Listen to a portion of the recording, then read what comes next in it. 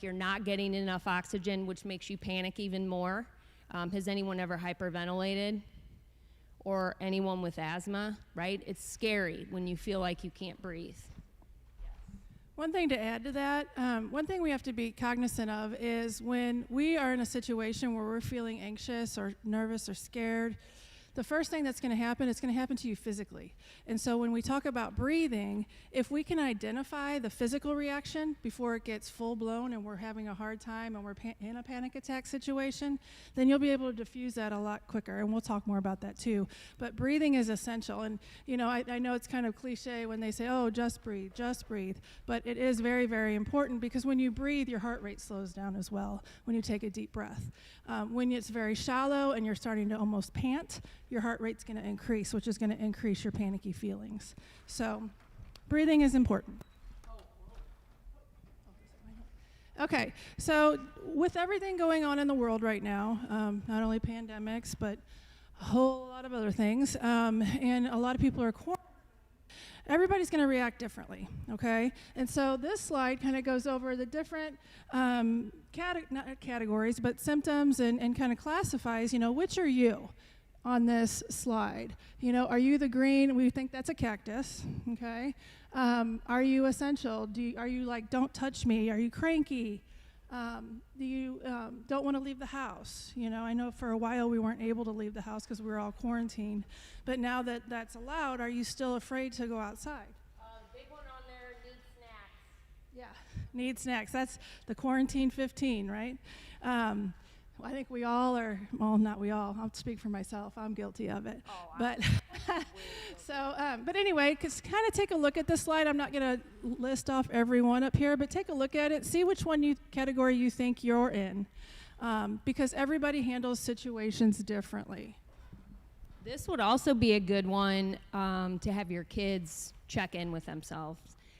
We did, when we first went on the shutdown and everyone was at home, the grade levels at Fox High School started Facebook pages for that grade level and Twitter and Instagram for that grade level. And one thing that we would do for our sophomores was a Fox Friday check-in. So we would have a mental health check-in, and ours had the little hearts, like leave us a red heart if you're doing great, and it went all the way down to a purple heart where it was I'm not doing well and I need someone to check in with me. So these are also a good tool for, kids. You can find a lot of these all over the internet. If you just Google a mental health check-in, a lot of these will pop up. And you use them with your kids, even your kids at home, and your student, just to say, hey guys, let's do a check-in real quick, where are you? And that kind of gives you, without the kid having to, voice it out to you and say, hey, I'm not doing well, they can just tell you I'm a cactus right now, or, I'm a sunflower right now, or I'm a pink heart or a red heart. So it's also a good tool for kids. I'll move over here so I could use this mic too. Oh. Okay, so the mental health check-in, and this is good not only for ourselves to do a self-assessment of where we are, but also for our students.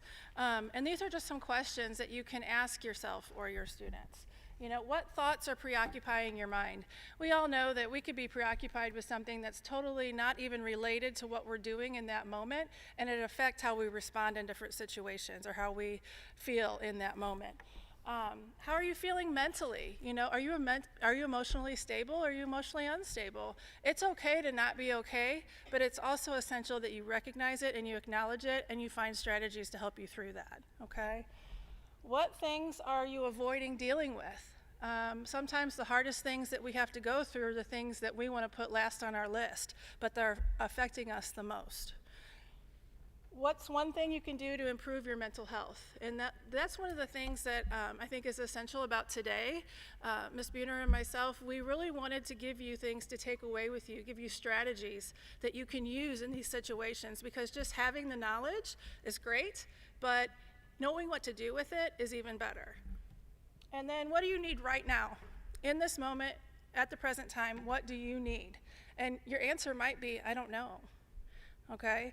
And so that's where hopefully this is going to come into play today. We're going to give you some strategies, like we said. Okay, so Does everyone have a piece of paper Yeah, you I could gave write them on? all. They should have handouts. They can write on the back. Oh, okay, you can write on the back. Sorry. Okay. If you want to turn one of those over. Right now, this is personal. You're not going to share this with us, but we're just going to give you a minute or two to think about the top 3 things right now going on in your life. And it could be, going on, like we said, there's a lot going on in the entire world.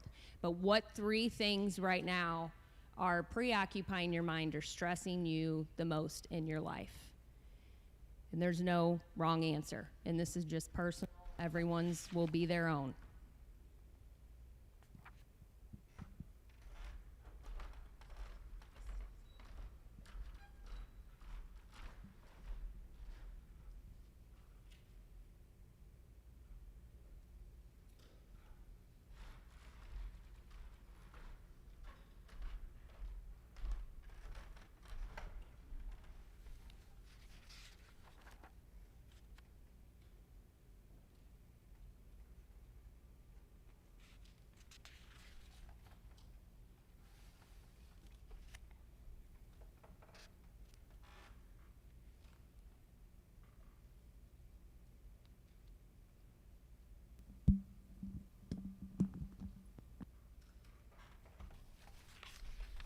Okay.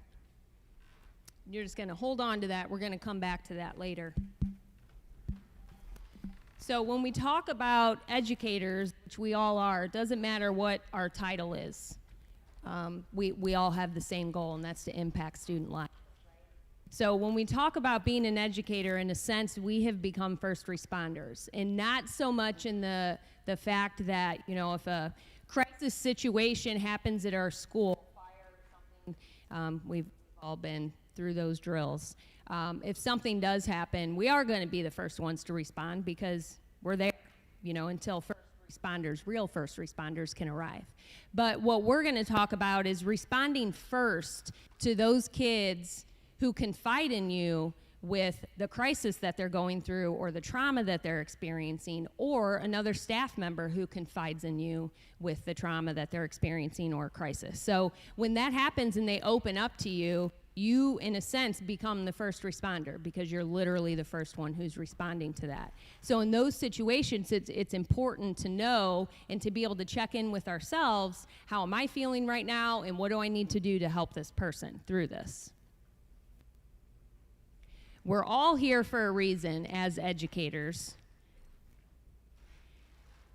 and we all have our why, right? And sometimes if you've been in education for 10 years, 15 years, 25 years, sometimes it's good that we are cognizant of what our why is and why we started, even when times get tough. And since we're in education, if part of that why or that why doesn't include making sure that those students who enter our building or our classroom are better human beings for having had us in their life, then we really need to examine why we're here. Because that should be part of our why, is so that these kids, these staff members, anybody that we come into contact with in our building are a better human being for having had us as a part of their life. If that's part of our why, then we're in it for the right reasons.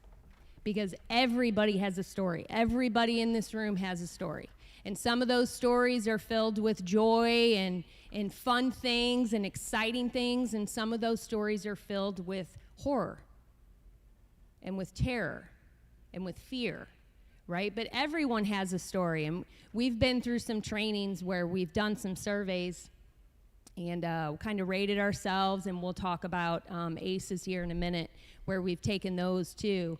And I've had people that I've worked with for 15 years sitting next to me that I had no idea their score was that high. I had no idea what their story was, right? Because people sometimes who have been through such traumatic situations learn to put a really good mask on, and we learn how to fake it a lot, right?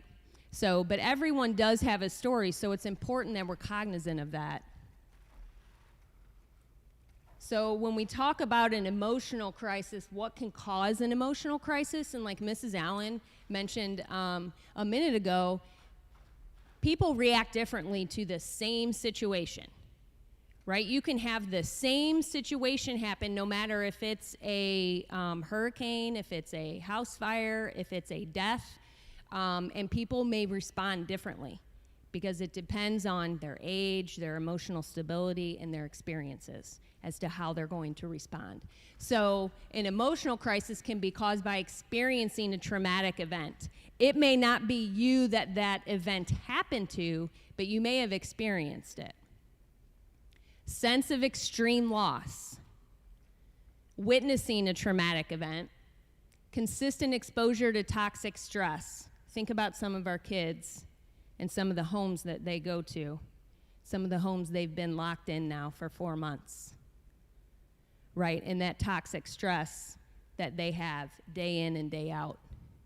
Regularly feeling extremely overwhelmed. We all get overwhelmed. Right now, we could probably say there have been many days in the last 4 months where we felt very overwhelmed. Other experiences that have led to natural emotions consistently disrupting your daily life. So we're all going to experience things through our lives that are really good and bring us joy, and we're going to experience things that are really sad or make us angry. But when it's a constant disruption to your daily life, that's when we need to really pay attention to it.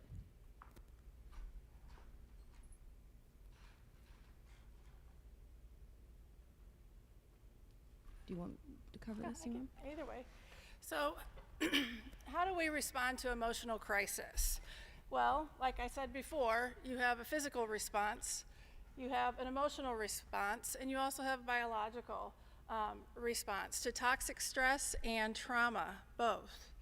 And not only do people respond differently based on experiences, but people respond differently based on perspective, based on where they're at in their emotional state. And we're going to talk about compassion fatigue and burnout, and a lot of first responders experience that. A lot of educators experience that.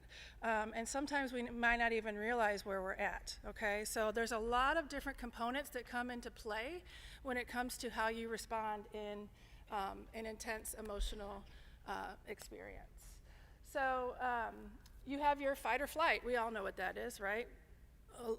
When we go through the intruder training, okay? I was one of the ones that thought, yeah, I'm going to stand there and fight. I got this.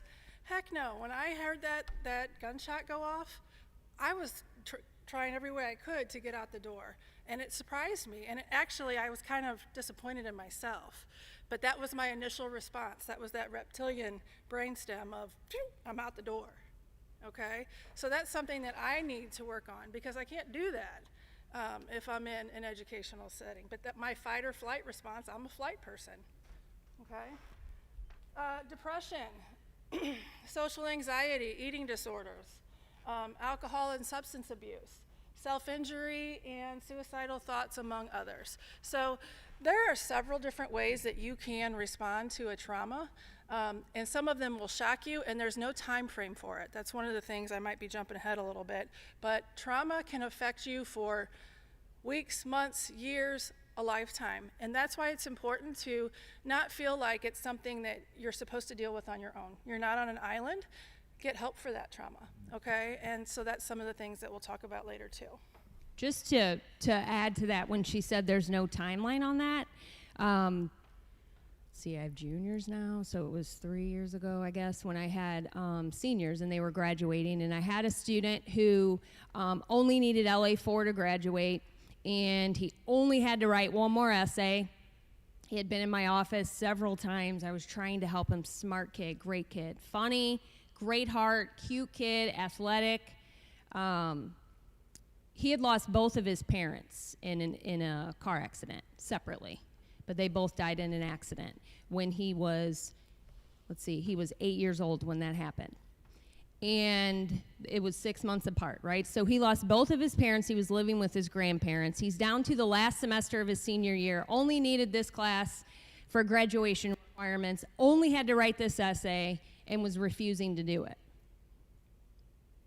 And finally, we had a conversation in my office, and it was the first time this kid started tearing up, and he cried in my office. And it dawned on me that he had a huge event coming up, graduation, And who are the two people he wanted there the most?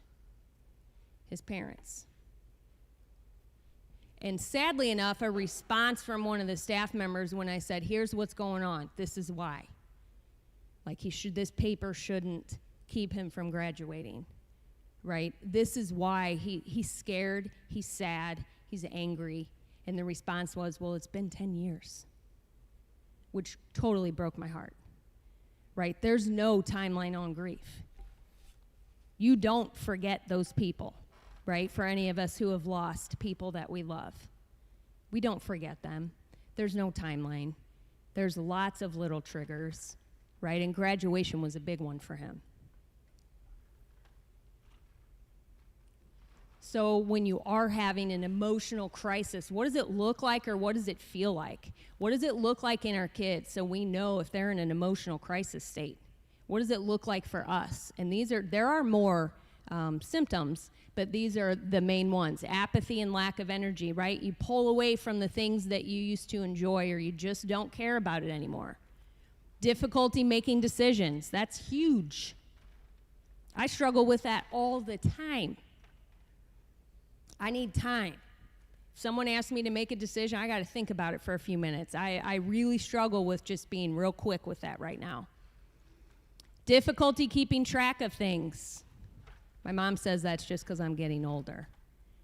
But well, that could be part of it, but I don't think that's it. Feeling on edge, right? You just feel like, you know how you get that pit in your stomach where you just feel like something's coming or something's going to happen or you could snap at any moment. A change in eating habits. Sleeping more than usual or difficulty getting to sleep. Being more emotional. Using alcohol or drugs to relieve or forget the stress. We have a lot of kids who turn to substance abuse to cope. Heightened sensitivity and senses.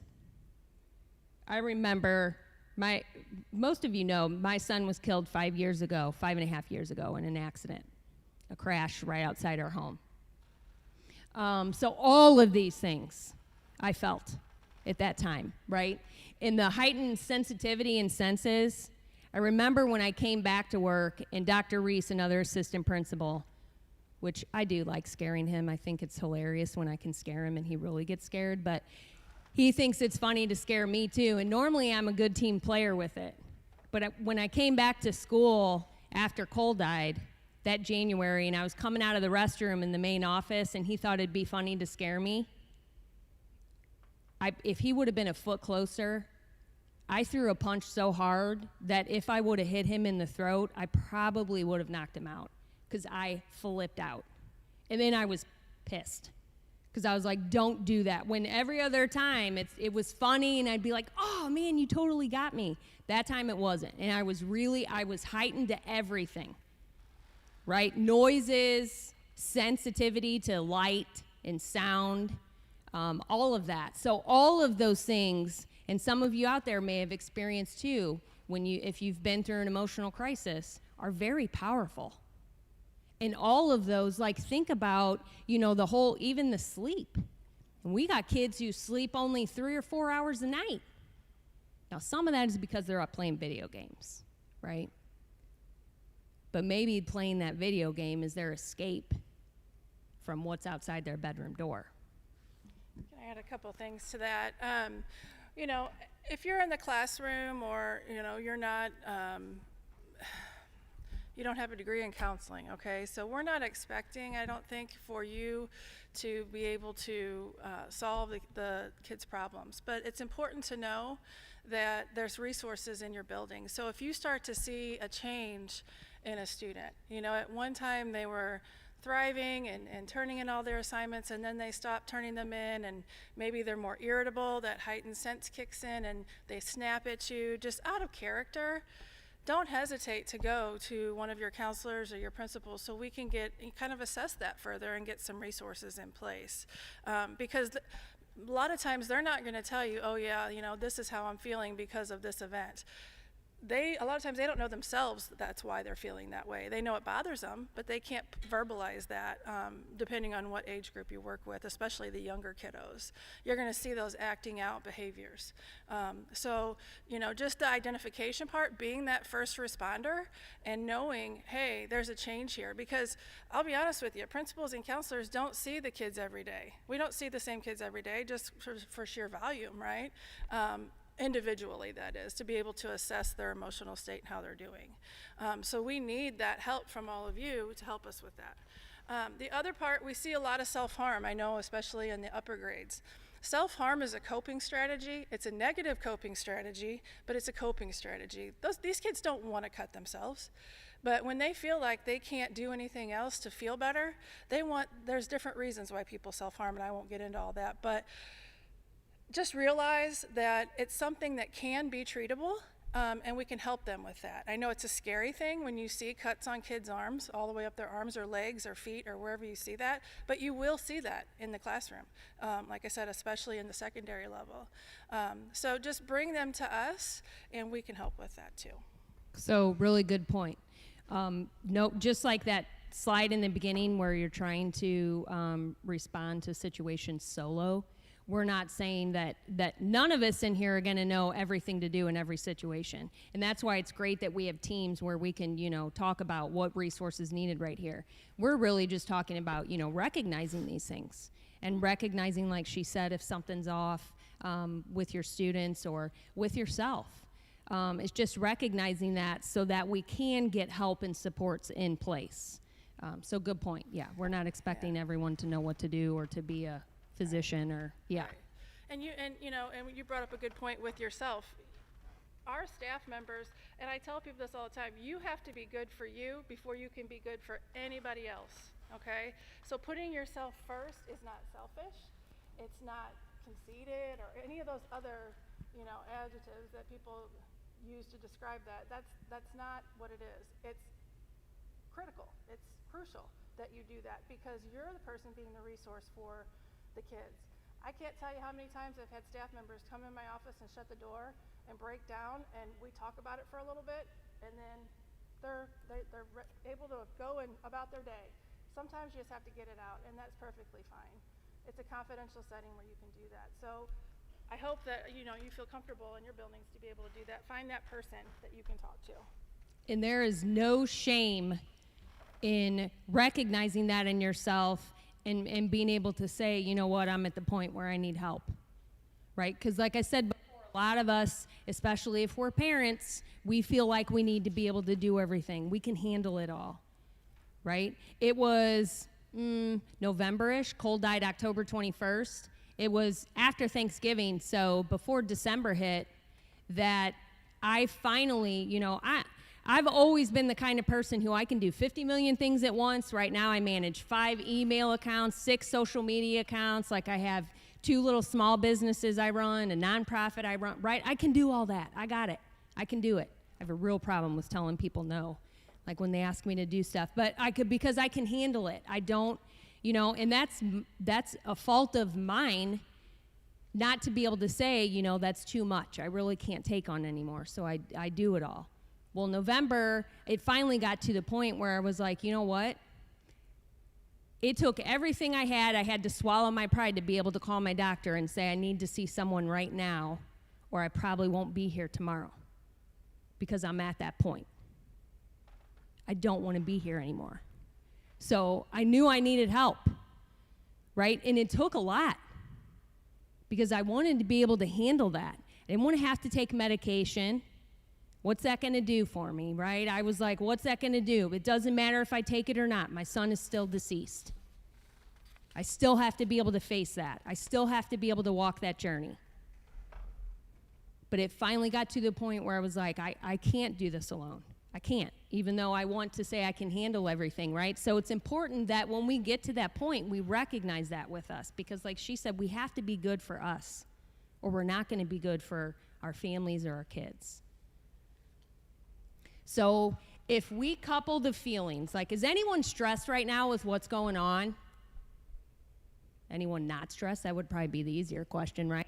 Who's not stressed, right? How could you not be stressed out? You turn on the news and it's horrible on so many different fronts. So if we take with what we're experiencing right now, just with that, what's going on in the world, what's going on in our country, and if we couple that with adverse childhood experiences, also known as ACEs. Has anyone heard of ACEs? Most of you probably have. Stands for adverse childhood experiences. If we couple that, because you know our kids, your own kids, are feeling all of this stress too from what's going on right now. And not being in school, right? This is not normal for them or for any of us. And then if we couple that with those kids or those adults who also have traumatic experiences as a child, did this just go out? No. You know, then we're talking, okay, this is really something to pay attention to. You know, with this ACEs study that they did back in the 1990s, this information is definitely eye-opening, I think. You know, 2 out of 3 people had at least one adverse childhood experience. 2 out of 3. 1 out of 5 had at least 3 adverse experiences, and then 1 out of 8 people had 4 or more. So adverse experiences, you know, are trauma, toxic situations, abuse, those types of things. Now, the important thing when we're talking about ACEs, some schools had their students take this ACEs study, this assessment, these questions that they answered. What they found, though, is when a lot of kids took this and realized, hey, I might have 3, 4, 5, 6 different experiences in my life, they started to think, well, heck, what's the use, right? I mean, you know, there's no use in even trying anymore because I got all these things against me. Not true, okay? This does not define a person. It just helps you realize, yes, this is why I react in certain situations in certain ways sometimes. It's supposed to be more of a knowledge base, not a definition. Okay, so that's really important. If you decide to discuss this at all with anybody, make sure they know that because it's not meant to bring you down, okay? It's just meant to give you knowledge. And you can look up ACE, you know, you can Google it to see the questions on there. There's not a whole lot. You score, you give yourself a rating, and then you add it up at the end. But this is the one where I said we were in that conference and somebody sitting next to me, their ACE score was really high. I had no idea, you know, and a lot of that goes into play when we talk about how people respond differently to different situations because some of them have had a lot of adverse childhood experiences. So we put this quote on here because we really like it. The body remembers, stuffed until an event, a sound, a sight, a touch, a word, or a person awakens them, right? And that can be good or bad. It can be good. I heard a song the other day that took me back to probably 1989 in my car. Like I just wanted to roll down the windows and open the sunroof and just rock out, and you start thinking of, you know, those good memories that song triggered, or, you know, a smell or a sight or something triggered. And then it can also be very painful too, right? So it goes both ways, but it's so true because your body remembers, and there are some things, you know, that it will remember forever. There are some things you think you forgot about until, you know, a song comes on or somebody says something, or you see something on TV. Okay, so back to the ACEs real quick. These are some effects that adverse childhood experiences can have on a person. It can increase the chances of cancer because cancer is linked with stress, right? Depression, suicide, stress hormones, fear response, that fight or flight, heart disease, drug addiction, decision making, cortisol levels, and your immune system. So again, a lot of physical reactions to trauma and stress.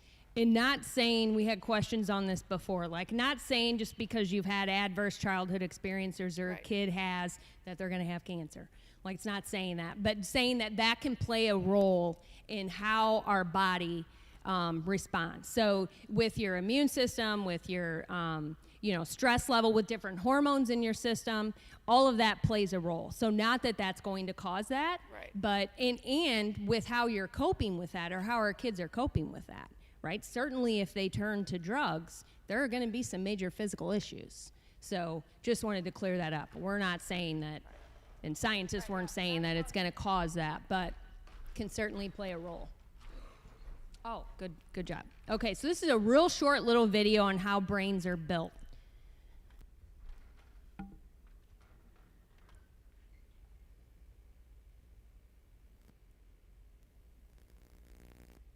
Hope we have volume. I didn't test that.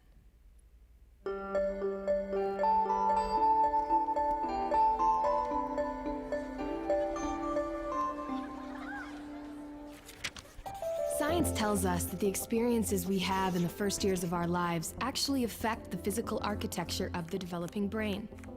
This means that brains aren't just born, they're also built over time based on our experiences. Just as a house needs a sturdy foundation to support the walls and roof, a brain needs a good base to support all future development. Positive interactions between young children and their caregivers literally build the architecture of the developing brain. Building a sturdy foundation in the earliest years provides a good base for a lifetime of good mental function and better overall health. So just how is a solid brain foundation built and maintained in a developing child? One way is through what brain experts call serve and return interactions. Imagine a tennis match between a caregiver and a child, but instead of hitting a ball back and forth across a net, various forms of communication pass between the two.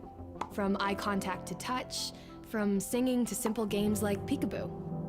These interactions, repeated throughout a young person's developing years, are the bricks that build a healthy foundation for all future development. But another kind of childhood experience shapes brain development too, and that's stress. Good kinds of stress, like meeting new people or studying for a test, are healthy for development because they prepare kids to cope with future challenges. Another kind of stress, called toxic stress, is bad for brain development. If a child is exposed to serious, ongoing hardships like abuse and neglect, and he has no other caregiver in his life to provide support, the basic structures of his developing brain may be damaged. Without a sturdy foundation to properly support future development, he is at risk for a lifetime of health problems, development issues, even addiction. It's possible to fix some of the damage of toxic stress later on, but it's easier, more effective, and less expensive to build solid brain architecture in the first place. One of the things that sturdy brain architecture supports is the development of basic emotional and social skills, an important group of skills which scientists call executive function and self-regulation can be thought of like air traffic control in the child's mental airspace. Think of a young child's brain as the control tower at a busy airport.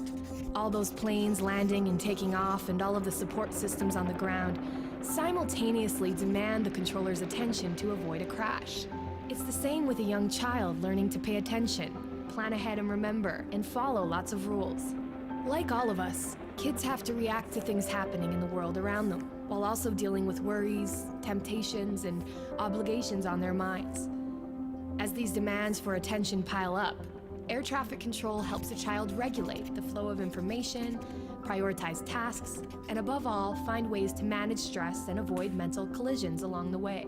Having this ability is a necessity for positive and level mental health. Developing effective air traffic control, overcoming toxic stress, and building solid brain architecture are things kids can't do on their own. And since strong societies are made up of healthy, contributing individuals, it's up to us as a community to make sure all young people have the kinds of nurturing experiences they need for positive development. To build better futures, we need to build better brains.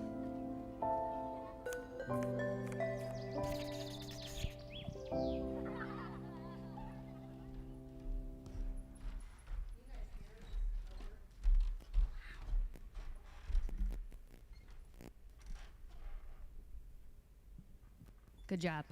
So just, a little cartoon video, but really kind of, makes you think about those kids. When we first went on lockdown in March, there's one kid in particular who came to my mind that Mrs. Allen and I have hotlined several times, that I know the mobile home they live in doesn't have any power.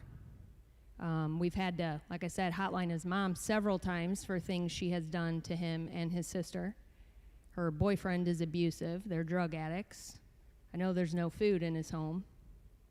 My heart breaks because it's so, we understand there's so many things that we have to think about. But, when we think about those kids who, when she talked about that abuse and neglect and witnessing their parents do these things, in front of them and not caring about them, and those parents aren't being supportive on learning at home, it's scary.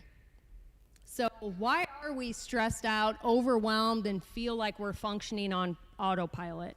Now, obviously, because of everything that's going on in the world, but even prior to that, right? Just in life as general. If you think about, like, for those of us who were in the 80s or the 90s, when we were growing up and how life was then compared to how it is now, why are we so stressed? Why do we feel like we're on autopilot? We're living in the age of overwhelmed, right? And a lot of that, and I haven't done my own personal studies, but a lot of that, just with what I see in my office, I contribute to social media and technology, kids texting and using phones for things that, back before we had them, we had to do our own research. We didn't have immediate gratification. We didn't have immediate answers at our fingertip. And there are, not saying technology is bad, 'cause there's a lot of great things. I mean, thank goodness we had Zoom when we were on lockdown, right? But there's also a very bad side to that, with damaging effects on kids and people's emotional well-being. This was a great little post that I saw on Facebook. When we talk about what's so different now, why are we functioning on autopilot? And I just mentioned social media. This post up here says, which one hurts the most? A is seen, but no reply. B is unseen, but online. Kids feel this all the time. Adults feel this. My husband has mentioned this when we posted, I joke about this a lot, but when we posted my son's headstone, it's a big Chevy emblem on top, right? And we had set it both of us as our Facebook profile. I had hundreds of people like mine, and he had like 87. And he was like, why do I only have 87 people who liked my, and I just started laughing. So I was like, do you really care? Like, who cares? Right? And it's not like he was super upset about it. He didn't really care, but it was just like, you have so many more. But do you know how many kids base their self-esteem on that? And their confidence levels on how many people liked my post or shared it, or, when they post a selfie of them and no one comments, you look so beautiful or you look so handsome or whatever, but then their friends get those, that's a huge deal. And it can be a deal breaker, like I said, on their self-esteem or their self-confidence. That's sad that has so much power. Here's another example. And some of you have already done this. So, Who's that this look picture, like? yes. I had a teacher last year who texted this to me, and she's like, Buhner, what the heck did you do? This was on Facebook. And I was like, looking at the picture, I was like, holy crap. Because when she sent that to me, now my hair is much longer now because I need to go get it cut. But my hair was a little past my shoulders. Usually my hair's dark. If you guys saw my real color right now, I have so much gray. I look like a skunk down the middle. Thank goodness for the spray color at Walmart. But anyway, I'm looking at this picture. I'm like, holy crap, is that me? Because above it was at the gas station down in Hillsboro that I go to every morning to get my Pepsi and Slim Jim. It was at that gas station that I was like, okay, that's not me. A, look how thin her thighs are. B, I don't have a sweater like that. And there were several pictures. So then I had a few more staff be like, Buhner, did you see this picture? I'm like, that is not me. I sent it to my mom and my sister, and my mom's like, Gina, are you sure that's not you? I was like, holy crap. Because the caption above this is that she was wanted by the Hillsboro Police Department. So I sent it to Dr. Patel because I was like, look, I know how social media works, right? I was scared to death. This was going to be on Jeffco 411, and some person's going to say, oh, I know who that is. It's Gina Buhner. She's at Fox High School. I was freaking out because I was like, that is not me. So I sent it to Dr. Patel. I was like, FYI, I know how things go, and then just in case you get a phone call at central office, that is not me. I've never committed a crime, and I am not wanted by the police department. That is right by my house, so.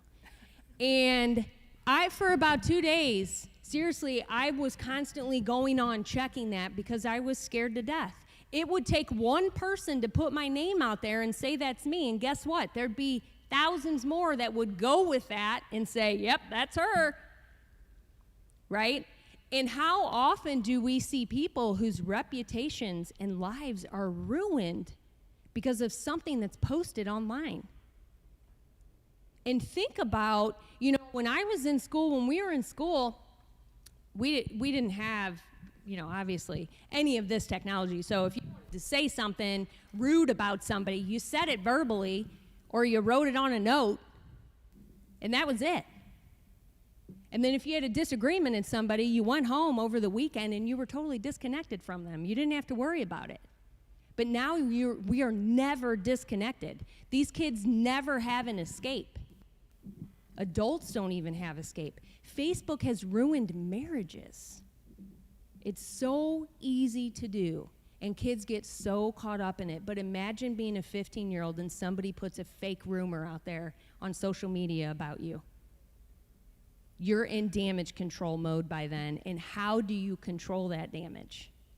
It's almost impossible. And think about all the sites. You guys know there are these pop-up sites where it's all about bullying and exposing people, right? Posting ignorant pictures and saying ignorant things and wanting people to go beat them. I mean, there's so many things that come into our office and that you guys have probably seen that I'm like, this is sick. Who would do this? And if it's an adult, by God, they need to be in prison because that's ridiculous. You are ruining people's lives. But how horrible. I mean, even as a 45-year-old person, if somebody puts something out there about me or my family that was rude and false, I don't know that I could control myself, right? I would be so upset. So it's so scary, and it's so overwhelming. But I didn't really have that feeling until this happened and this picture was posted, because I was like, holy cow. And Dr. Patel, by the way, was like, I knew that wasn't you. You would never wear a sweater like that. I was like, thank you. Because, I was like, it's going to take one person to call central office and say, you have a principal who just committed a crime. So what we're going to do after we discuss this for a second is take a self-assessment, okay? So what we want you to think about is, in what areas might you be vulnerable, okay? Is it physical, emotional, psychological, behavioral, or interpersonal in relationships? So if you would, what we're going to do is take a little break. If you have to take a restroom break, you can. But during that time, please take a few minutes to fill out it's PROQOL, ProQual, I guess, if you want a quality of life assessment is what it is. So it's going to tell you, where am I at right now? Am I in a stage of compassion fatigue? Am I in a stage of burnout? Have I been, so exposed to everything that's going on in the world right now that I just kind of feel numb? So if you would, answer those questions. We're not going to share them out loud. This is more for you individually, so please be honest with yourself. And then in about, 10 minutes? Yeah, like at 10 o'clock. Yeah. We'll come back, so you can fill that out, take a restroom break if you want. If you do go outside, the doors will lock, so we need to prop them open if you want to go outside. For those of you that are watching virtually, Robin Green should have sent you a link to that. The ProQual is the one that you're taking right now. So just take a few minutes to fill that out, and then once everybody comes back and we know everyone's finished, then we'll continue.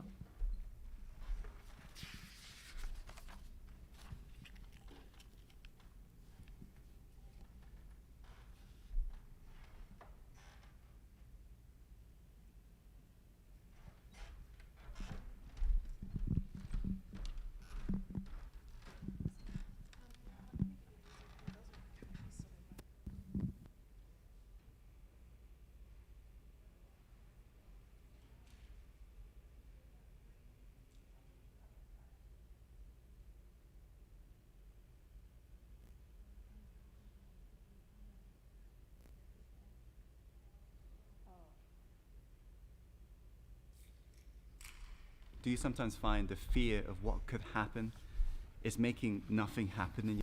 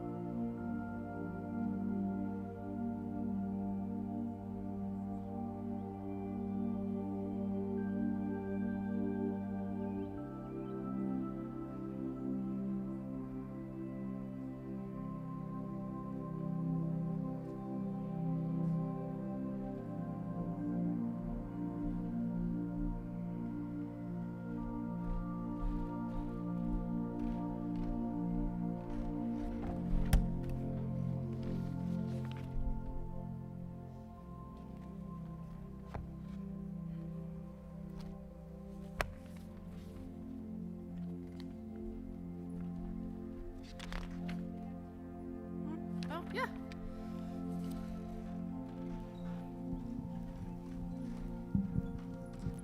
right, is everybody back? No, we're still missing somebody.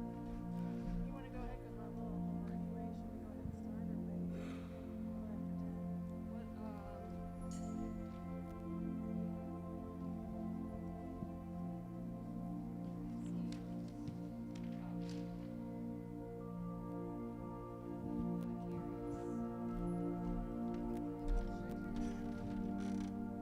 Yeah, I would a little bit. Because I don't know how it's coming across at home, you know.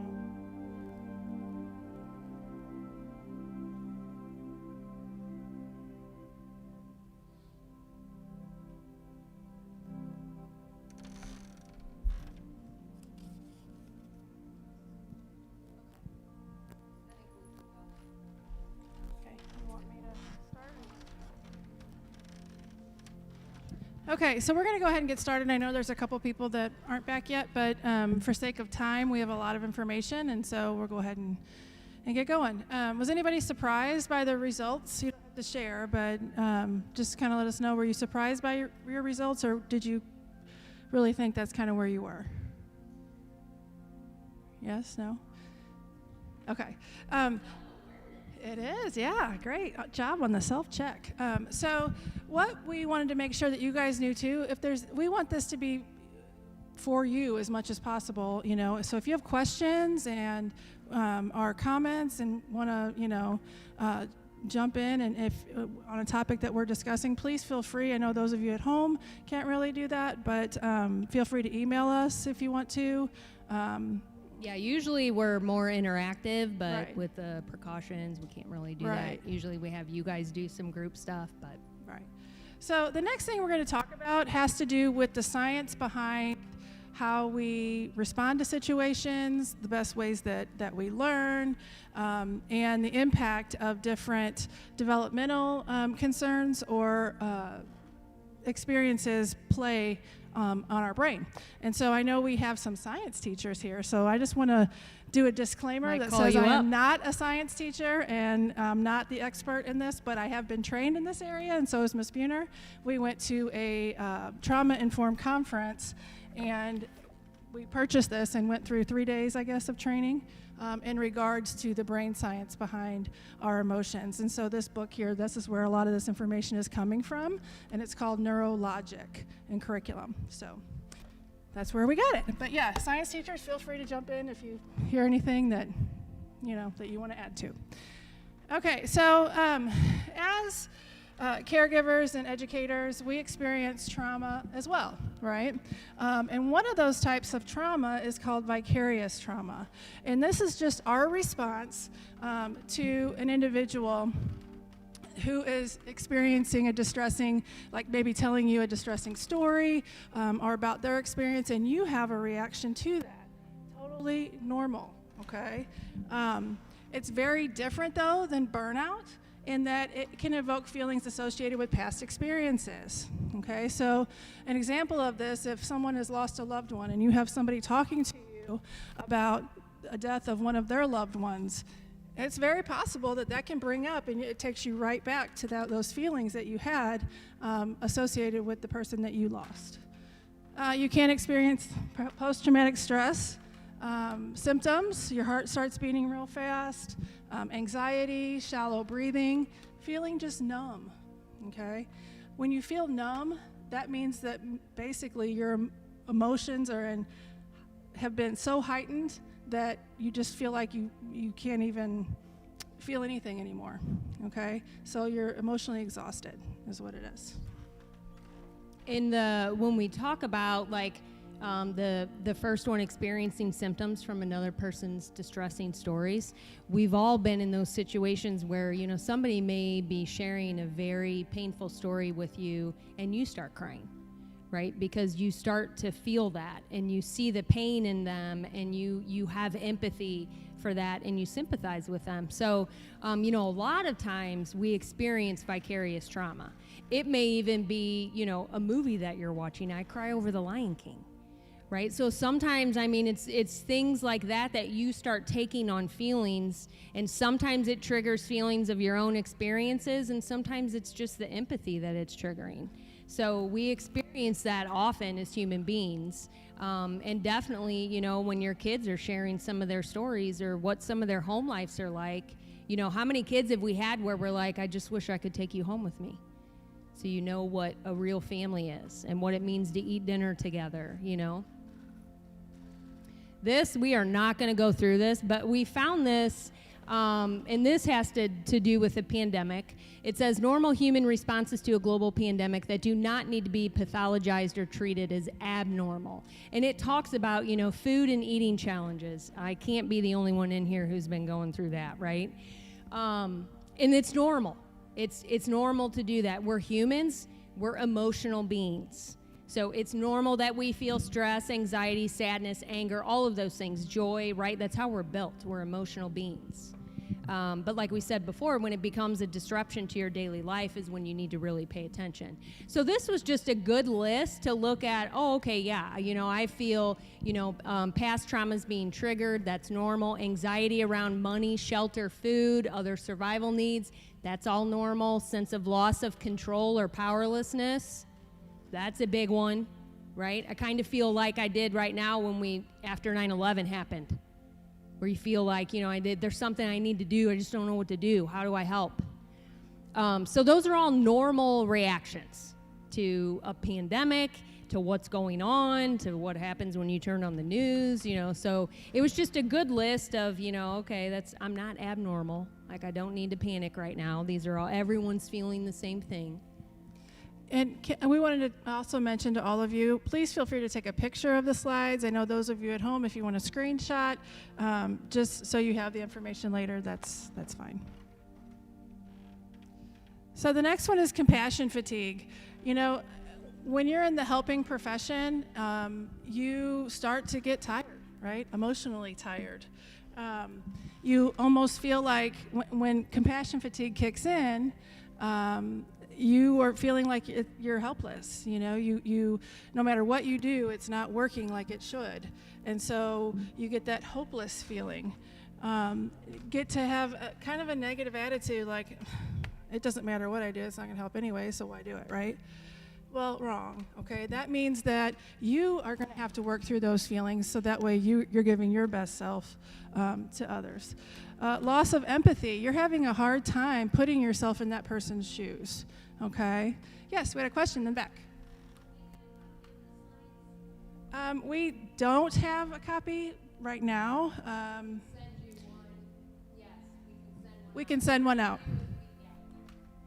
Okay, yeah. So anyway, compassion fatigue. It's just when you don't feel like you have any more to give. Your fuel tank is empty, okay? Burnout, constant stress in relation to employment, feeling as if you have no control. When we feel out of control, that's when we are not functioning at our best selves at all, right? When we feel in control is when we're able to perform at our top level. Well, now a lot of people are feeling out of control, and not just adults, it's kids. And I'm just going to throw one tidbit in there real quick. If you have kids in your home, or if you have people whose kids, in my business, I'm getting a lot of calls from parents who want counseling for their, 7, 8, well, I've even got a 4-year-old, just the littler kids right now, because they're feeling anxiety, depression, those types of things. Now, I'm not going to sit here and say it's all because of this, but one of the contributing factors that I've found is they are overexposed. Okay, they don't have any control with what's happening in our world. But like Ms. Buhner said earlier, what's on TV all the time? What's on the radio? What's on social media? Constant, in their face. They can't handle it.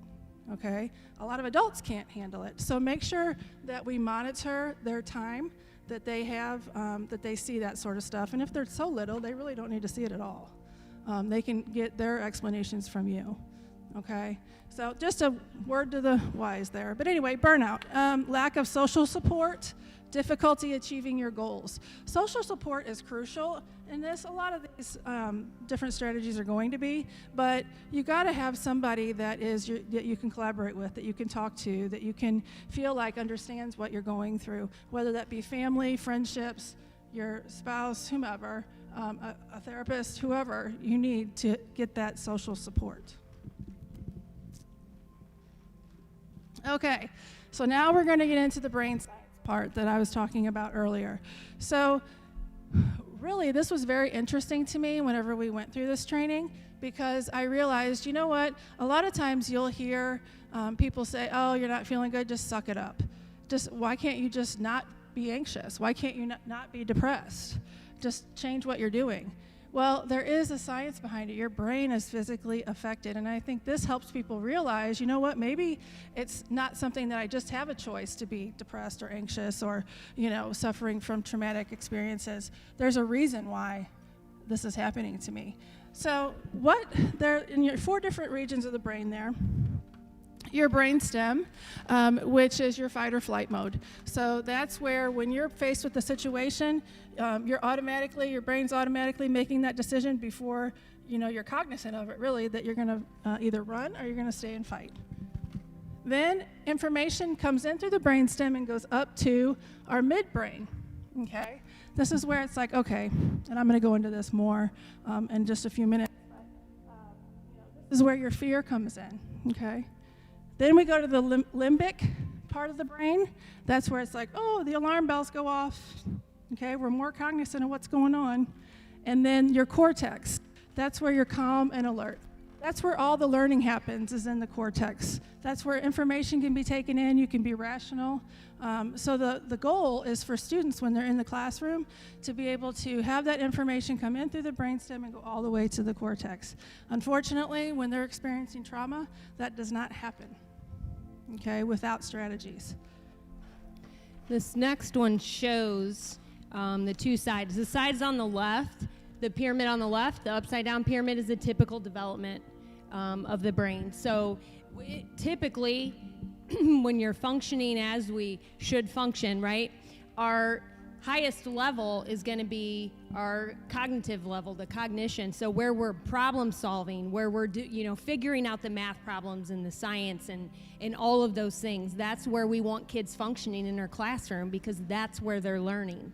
In a brain that's gone through trauma, on the right, you can see they're functioning at the brainstem. So they're functioning in survival mode. You can see how small the cognition is up at the top, but we're still expecting them to be able to learn and solve the problems and do the work, right? And sometimes it's obvious they're in survival mode.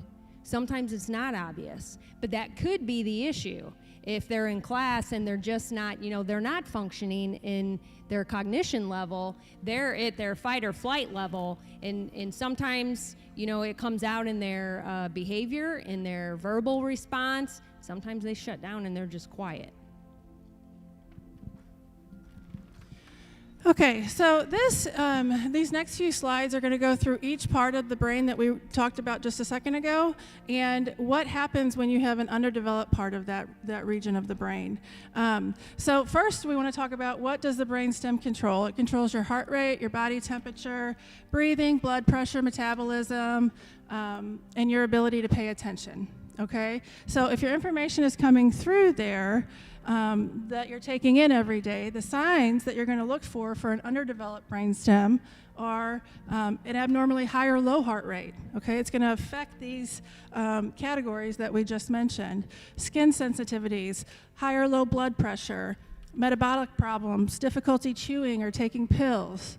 Okay, that all comes with developmental delay or underdeveloped brainstem. So what are some interventions? This is the part we were talking about, that we want to give you some strategies to take away. This is what you can use in your classroom. This is what you can use for yourself. One of the things that we didn't have here today, but that are really, really important when you're talking about the brainstem and trying to regulate a student, is fidget toys. And I know a lot of teachers might not like those, but if you think of the brainstem and strategies to help with that, think of what soothes a crying baby. okay? Swaddling, that's why a lot of kids who have sensory issues, they have maybe weighted vests or weighted blankets. Those fidget toys we were talking about, manipulating something in their hands, rocking, singing, music is great, okay? So these are interventions that you can use. A lot of these you can use in the classroom. Now, no, you're not going to swaddle a 16-year-old in the classroom, right? But if they have a jacket or Weighted blanket. a blanket that they bring to school, let them put it around themselves and even encourage them, tighten that up a little bit if you're feeling a little anxious right now, okay? So true on that, though. I was babysitting my 2-year-old niece and my 9-month-old nephew, actually great niece and nephew. And I had my boys when I was young, which I think the Lord did that on purpose, because I was like, holy cow, I don't have the energy for you two. But even just last night when I was watching them, my 9-month-old nephew, he's teething, so he was crying. I think I did every single one of those on the left with him, right? I was bouncing him and shaking him, and I was singing to him, and I was giving him toys to play with, tried putting his binky in, right? But it's so true. When you're functioning at the brainstem, you have to resort back to and think, okay, what would I do with a baby? Rocking is huge. That gross motor skill as far as moving, big body movements are huge. So if you have a rocking chair in your classroom, and you may not, but even if they want to just sit in their chair and rock, is good. The swaddling is good. The music is good. I still have music on, but I had to turn it down so you could hear us. But I always have music playing, relaxation music playing in my office. And swinging or bouncing, the fidgets are great. And it doesn't have to be a fidget spinner. It can be one of those squishy toys. Dollar store has them. Yeah, they have those long, they're not snakes, but they're rubbery, and they manipulate those. Kids love those things too. Just a quick story real quick. When we had, I know I'm sure a lot of you have heard, but at the elementary level we had some deaths before the quarantine started. And I know some people in the audience were there with me when we went to help the kids the day that one of their students, their friends, had passed away. And one of the strategies that they implemented was dogs, okay? Bringing in the animals, and the kids were able to pet the animals, and they were therapy dogs, so they were very well trained. They go through over a year of training. But cuddling with the animals, petting the animals, interacting with the animals, at one point I looked to I don't know if it was Sarah or who I looked to, but I said, I could probably just leave, because these kids were calm. They were, all the therapy they were getting was from this dog, so you don't have to have all the answers, but if you have resources at your disposal, you can use those to help you. You are the messenger, I guess, the caregiver at that point. And dogs are, Yeah. if you're a dog lover, dogs are really good for therapy. But we even have a student of ours that went to Miss Strosh's room, and it was whatever kind of lizard you had, which I would not touch, but this girl, it would calm her down like that. She just wanted to look at it, and then Miss Strosh even let her hold it, and she pet it. Right. But it was perfect, just because, I don't know.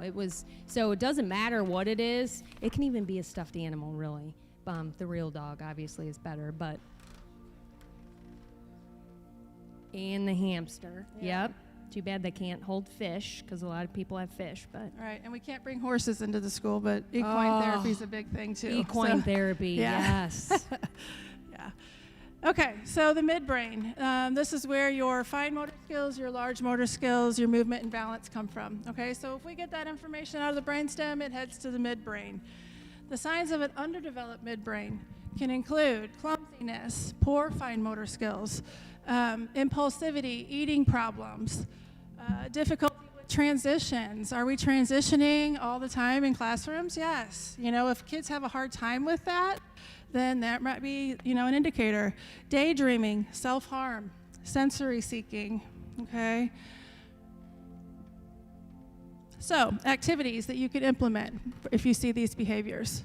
Those isometric exercises, chair push-up, pushing down on the floor. The pressure that kids feel, like if they are having problems in the classroom, one of the things is pressing down with their legs and just feeling that pressure on their feet. A lot of times what one of the coping strategies I tell my clients is a wall push-up. You know, not necessarily in the classroom, that's up to you, but just to kind of diffuse the emotion, they walk over, they put their hands on the wall, and they act like they're doing a push-up, and just pressing against the wall helps. Standing desk, balancing activities, drumming, working with animals in sports, and then those fidgets again, arts and crafts, okay? All those fine and large motor skill strategies. And those strategies, like these strategies that we're talking about, help stimulate the upper parts of the brain. So even if you're in class and kids are, you know, if we go back to school, whatever that looks like, it's probably gonna be a little crazy at first, right?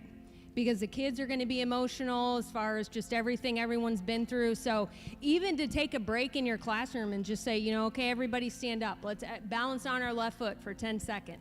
Just some of those simple movements will help start stimulating the upper parts of the brain. So that way we can get them back up to, you know, the cognition level. And that brings up a good point. One of the things that they said was very, very impactful. A district in Massachusetts was using this curriculum, okay? So they incorporated all of these strategies into their daily schedule. And so during the classroom activities, they would take brain breaks. And there's a book, I didn't get it, but there's a book full of brain breaks, and a lot of them included different exercises, or they were very short and very simple that didn't disrupt the whole classroom rhythm, but it gave the kids a chance to kind of reset, okay? And they said they saw a huge improvement in behaviors and concentration and in achievement. In their purposeful breaks. So it's not, okay, let's take a brain break, get on your phones and check social media. Right? Not that, but purposeful and intentional activities that they're doing to stimulate the other parts of the brain is what they were talking about. And we're going to show you one in a little bit. So, okay. So more interventions then, balancing activities. We kind of went over that. So. Yeah. Okay, so the next part of the brain, the limbic system, is responsible for relationships, emotional reactivity, short-term memory, arousal. Okay, so when children and adults are experiencing problems in an underdeveloped limbic system, they have unhealthy forms of reward. Okay, they're getting that positive feedback or positive recognition from unhealthy places and activities. Becoming overly anxious, aggressive, or withdrawn when upset. We have several students that come to my mind right now that, you know, with us looking at it, we're like, okay, yeah, that didn't seem like that big of a deal, but to them, the whole world is crashing, okay? Taking a long time to calm down when upset. You know, we've went and retrieved many kids out of the hallways because they just can't, they're either having a panic attack or they just can't deal in that moment. And they just need 10 or 15 minutes just to do some of the, you know, deep breathing and rocking or whatever they choose to do. We're going to talk about our reset room in a few minutes, and it's been very, I think, very useful. Effective. Yep. Yeah. Selfish or inconsiderate behavior, having few age-appropriate friendships. You wouldn't believe how many of our kids are friends with either people that are way older than them or way younger than them, and it's not typical. Needing repetition of simple directions. And some of these things, you know, when we go over this, you know, even as adults, you may think, oh, I've experienced that. Like a week ago, we had an admin meeting. I had to be like, Buner, get control of yourself. Like, I had to step out because the conversation was getting very intense, and it's, you know, was getting personal for me that I was like, okay, let me step out because I recognize like I may say something that comes out as offensive if I don't. So you know, a lot of these things are normal, and some of these things, you know, not only have we experienced, but that we're going to see our kids experience, you know, when they come back in. So as long as we can just recognize that and say, okay, let's do a quick, like we said, everybody stand up, let's balance, do some purposeful interventions right there to start stimulating the other parts of the brain, then we can go back to learning. Okay, so here are some more interventions: small group activities, community service, counseling, social skills. That's huge. You know, you add in social media and then, okay, being quarantined and not being able to interact with people, those social skills are probably going to decrease, right? And so doing some social skills interventions is very effective. Animal-assisted interventions, we talked about that. One-on-one friendships with healthy peers. We have a lot of kids who have a hard time making friends or keeping friends. They can make them, but maybe they can't keep them. And so even talking to them about, you know, communication and things that they can do, because that helps empower them and make them feel connected. Team sports, and then writing in journals. And Ms. Buhner brought some journals, and they're back on the table. So writing the feelings down, just getting that hamster off the hamster wheel, right? Because it goes and goes and goes and goes and goes. And the reason that that happens is because we feel like that thought is important or it's impacted us significantly. So if we can get that hamster off the hamster wheel, we can put that information somewhere where we know it's safe and that we can reflect back on it if we want to, then it helps to get that thought out of your mind. You would be, for anybody who's not used a journal or some kind of diary or notebook or whatever, you'd be really surprised at how much that helps. And a lot of our kids that we work with, we tell them that we always have journals in our office. So we'll give them a journal and say, you know what, you don't even have to use it, but you have it just in case you need it, because sometimes it's good for the things that are really stressing you out, what you might be angry about, what's making you sad. Write it down in there, because you're taking it from in here and putting it on a piece of paper so you feel like, you know, and sometimes rip it out and crumble it up and throw it away. Or put some positive things about yourself on there, and when you're feeling down, go back and look at it. I tell a lot of kids that I work with on grief, I write to my son Cole every single night. I probably have 20 journals that are filled up, because when I lost Cole, there were so many things left unsaid, right? I felt like there were so many more things I still had to tell him and I still needed to say and I needed him to know. So to be able to write to him every night helps me to keep that going. So I feel like I'm still telling him the things I need to tell him, right? And I still want to, you know, thank him and apologize. And you'd be surprised when that happens, and some of you may experience. I go back to times when Cole was 5 years old and I disciplined him for something that I feel terrible about now. So I write in there and apologize. I'm so sorry I spanked you when you wouldn't leave your brother alone and almost killed him. But I write those things in there, so you'd be very surprised. You can use it as I have my kids sometimes, make a T-chart. Make a list over here of everything that's stressing you out. And then on the T-chart, we have I can control and I cannot control. Then you start listing them. Take those things that are stressing you out and put them in a column. Can you control the pandemic? No. That goes in the I cannot control, right? Can you control whatever else was bothering them? Your girlfriend's breakup or whatever. Which column are you going to put it in? Now look back at that T-chart, and the column on everything you cannot control, we're going to put a big ol' X through it.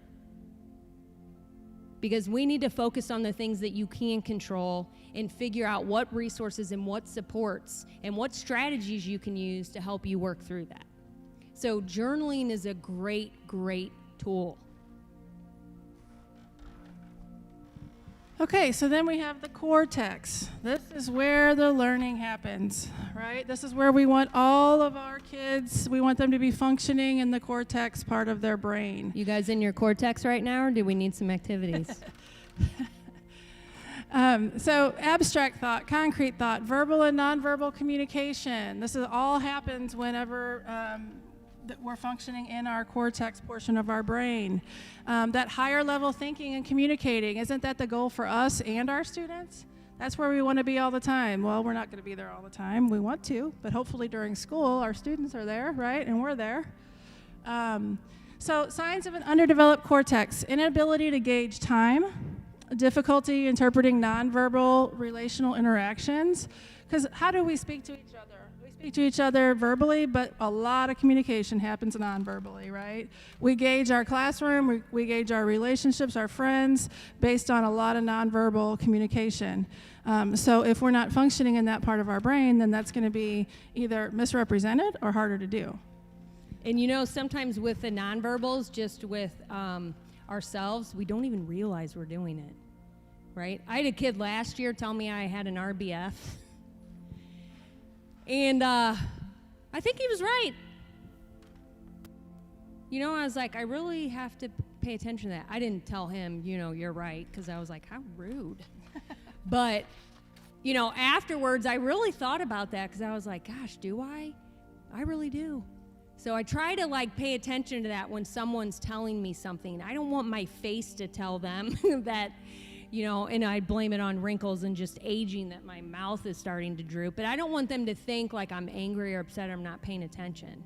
So a lot of it, we just don't, you know, if you go into you go into your supervisor's office or you go into a coworker's room and you want to tell them something that's very important to you and they're texting on their phone or they're typing an email, I mean, what does that tell you? They may really be able to multitask. I cannot do that. Like, I can't. I want my full attention to you, because then I'm going to type what you're saying is what I'm going to do.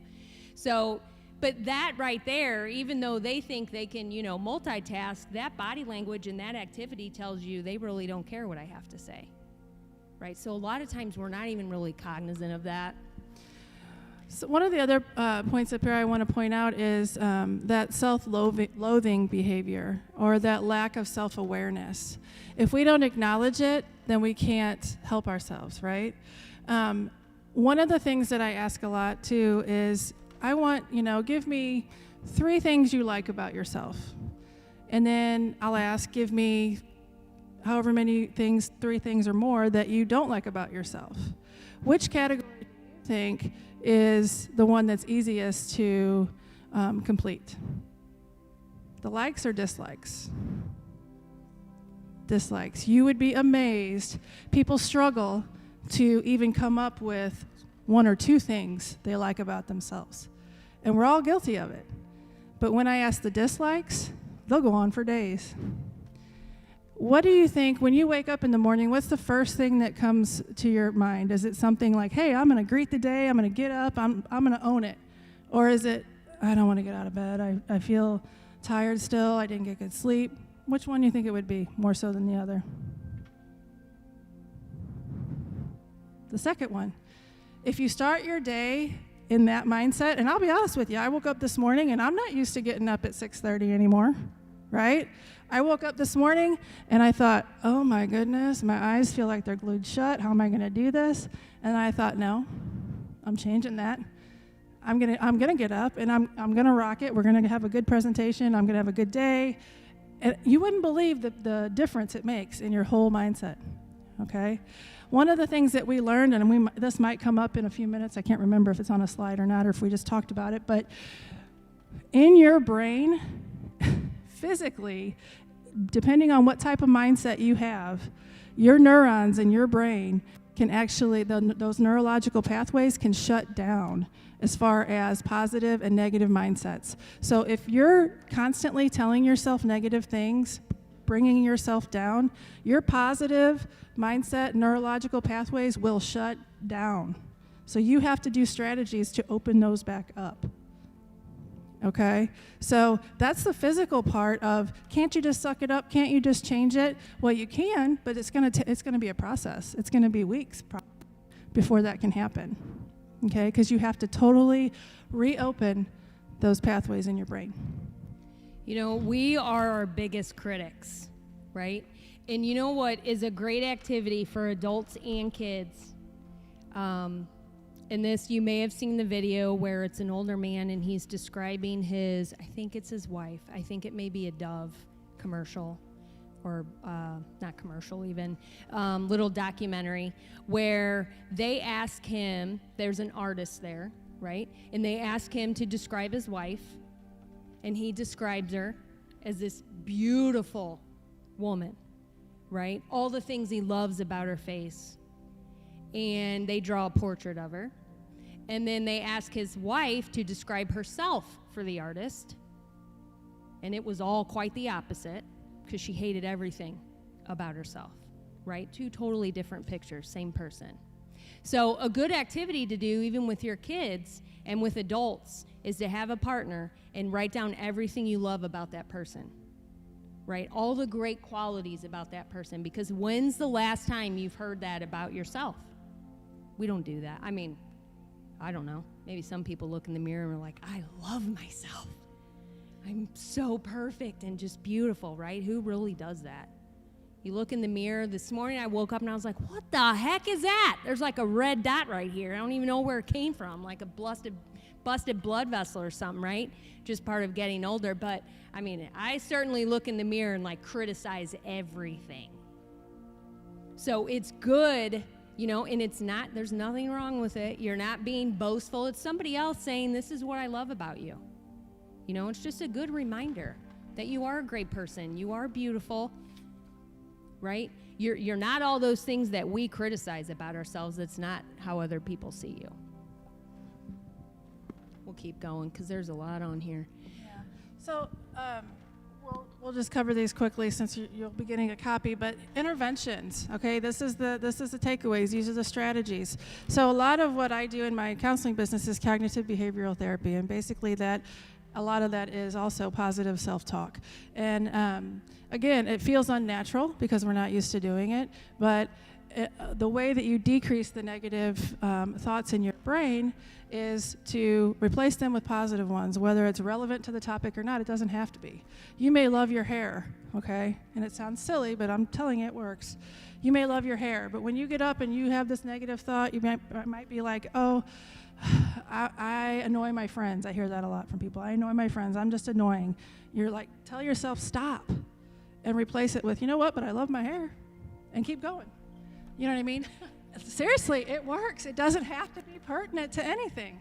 It could be, but I it just doesn't have to pictured be. you like somebody coming up to you and say, you're so annoying, and you going, but I love my hair. No, you're saying it to yourself, I get it, yeah, not out okay. loud. If you say it out loud, people might think, what? She's a little off. Yeah. To yourself, you're saying that, okay? But a lot of these things on here, Mr. Freeman, I remember seeing on Facebook all the puzzles that you and your kids did. That's great therapy, too. I even bought one, and of course it was donuts, because that's what I do when I'm stressed as eat. So it was a big puzzle of all these iced donuts, right? But puzzles were a huge hit when we went into shutdown. You couldn't even find them anywhere.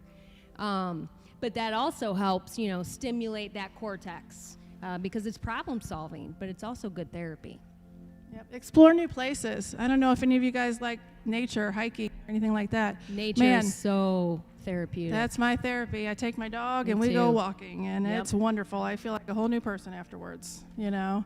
So pick what works for you out of any of these. Not all of these are going to work for everybody. It's a process of elimination and finding out what works for you. Okay, so all the parts of the brain, they work together, okay? When traumatic events have impacted the lower regions of the brainstem, and the midbrain, all areas are impacted. Why do you think that is? Because if information's coming in through the brainstem and those are impacted, it's not going to get very much higher, is it, that information? Okay, there's obstacles and roadblocks there. Deep breathing helps change the brain from the brain up from the, okay, I can't read that. Deep breathing helps change the brain from the brainstem up. It increases oxygen and lowers your heart rate. That is crucial. Deep breathing is the first step in diffusing and helping to get yourself regulated when you're feeling dysregulated. It's huge. So we're going to do a little activity, because you know, even when you go to the doctor's office, no matter what it's for, and they put the stethoscope on your back, take a deep breath in, right? Even taking a deep breath in sometimes, my doctor all the time is like, can you do that again? Like, are you breathing? Like, I have to really pay attention and make sure I'm really opening everything up and opening that diaphragm up, filling up. I can feel my chest move, and I can feel my stomach move to actually get that in. So breathing is huge. Like I said before, if you have a kid who's in a panic attack, that's the first thing we focus on, is getting that breathing regulated. So let's do it. Well, and there's one thing I wanted to say yep. real quick on that before we do the exercise. One of the breaks, and we're going to show you two, but one of them that you can do in the hallway, in the classroom, at home, wherever you want. If you're having a hard time taking a deep breath, put your hands on top of your head. Like this. Because what that does, it opens up your rib cage, doesn't it? It opens up those lungs. And then try to take a deep breath. If you put your hand on your chest and your hand on your belly, you're going to feel those start to go in and out, right? Contract. And that means you're taking in that air. You're filling up those lungs. But sometimes that's hard when you're in that panicky state. Okay, so we're going to show you, and this is one that we did at the conference too, but it really does work because it helps you concentrate on inhaling and exhaling. So everyone's going to need to stand up for a second. So even those of you at home, if you stand up and you take both hands and put them out in front of you like Miss Allen is doing, and what we're going to do is we're going to inhale, and you're going to pull your right hand back when you inhale, and then when we exhale, you're going to push your right hand back out. And then we're going to do it with the left hand, and we're going to do it several times. And and do it as slow as Mrs. Allen is doing it, because you don't want to do it fast. The whole goal is to inhale in, you hold it for a second or two, and then you blow it out. But when you do that, you want to feel it in your stomach too. So not just up here. It's not just, your chest moving. Make sure that you're actually opening your diaphragm and you can feel it in your stomach, and take as deep of a breath as you can.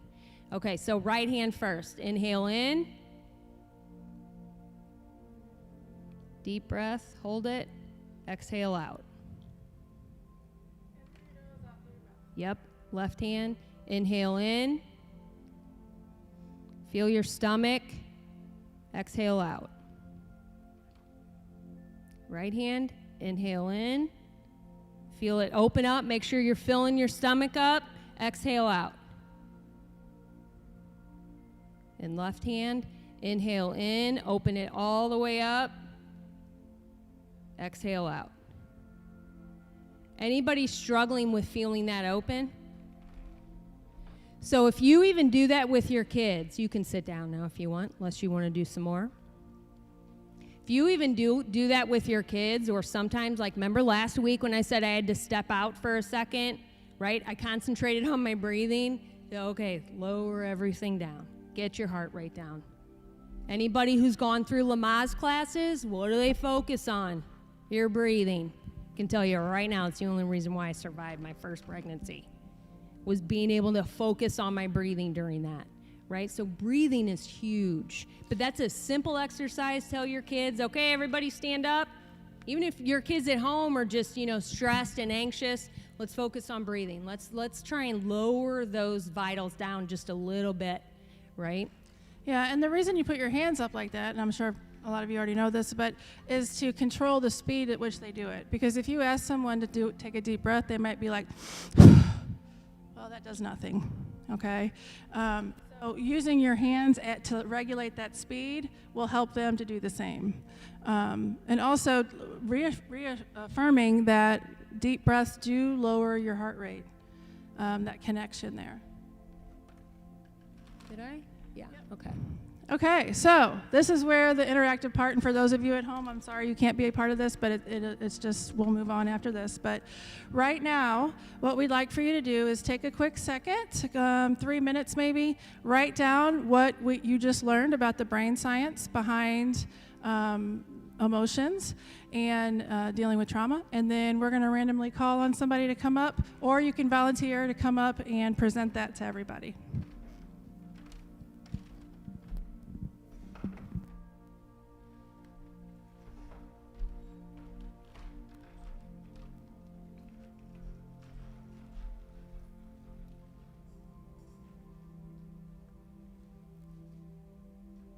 Remember, there's 4 parts on the brainstem.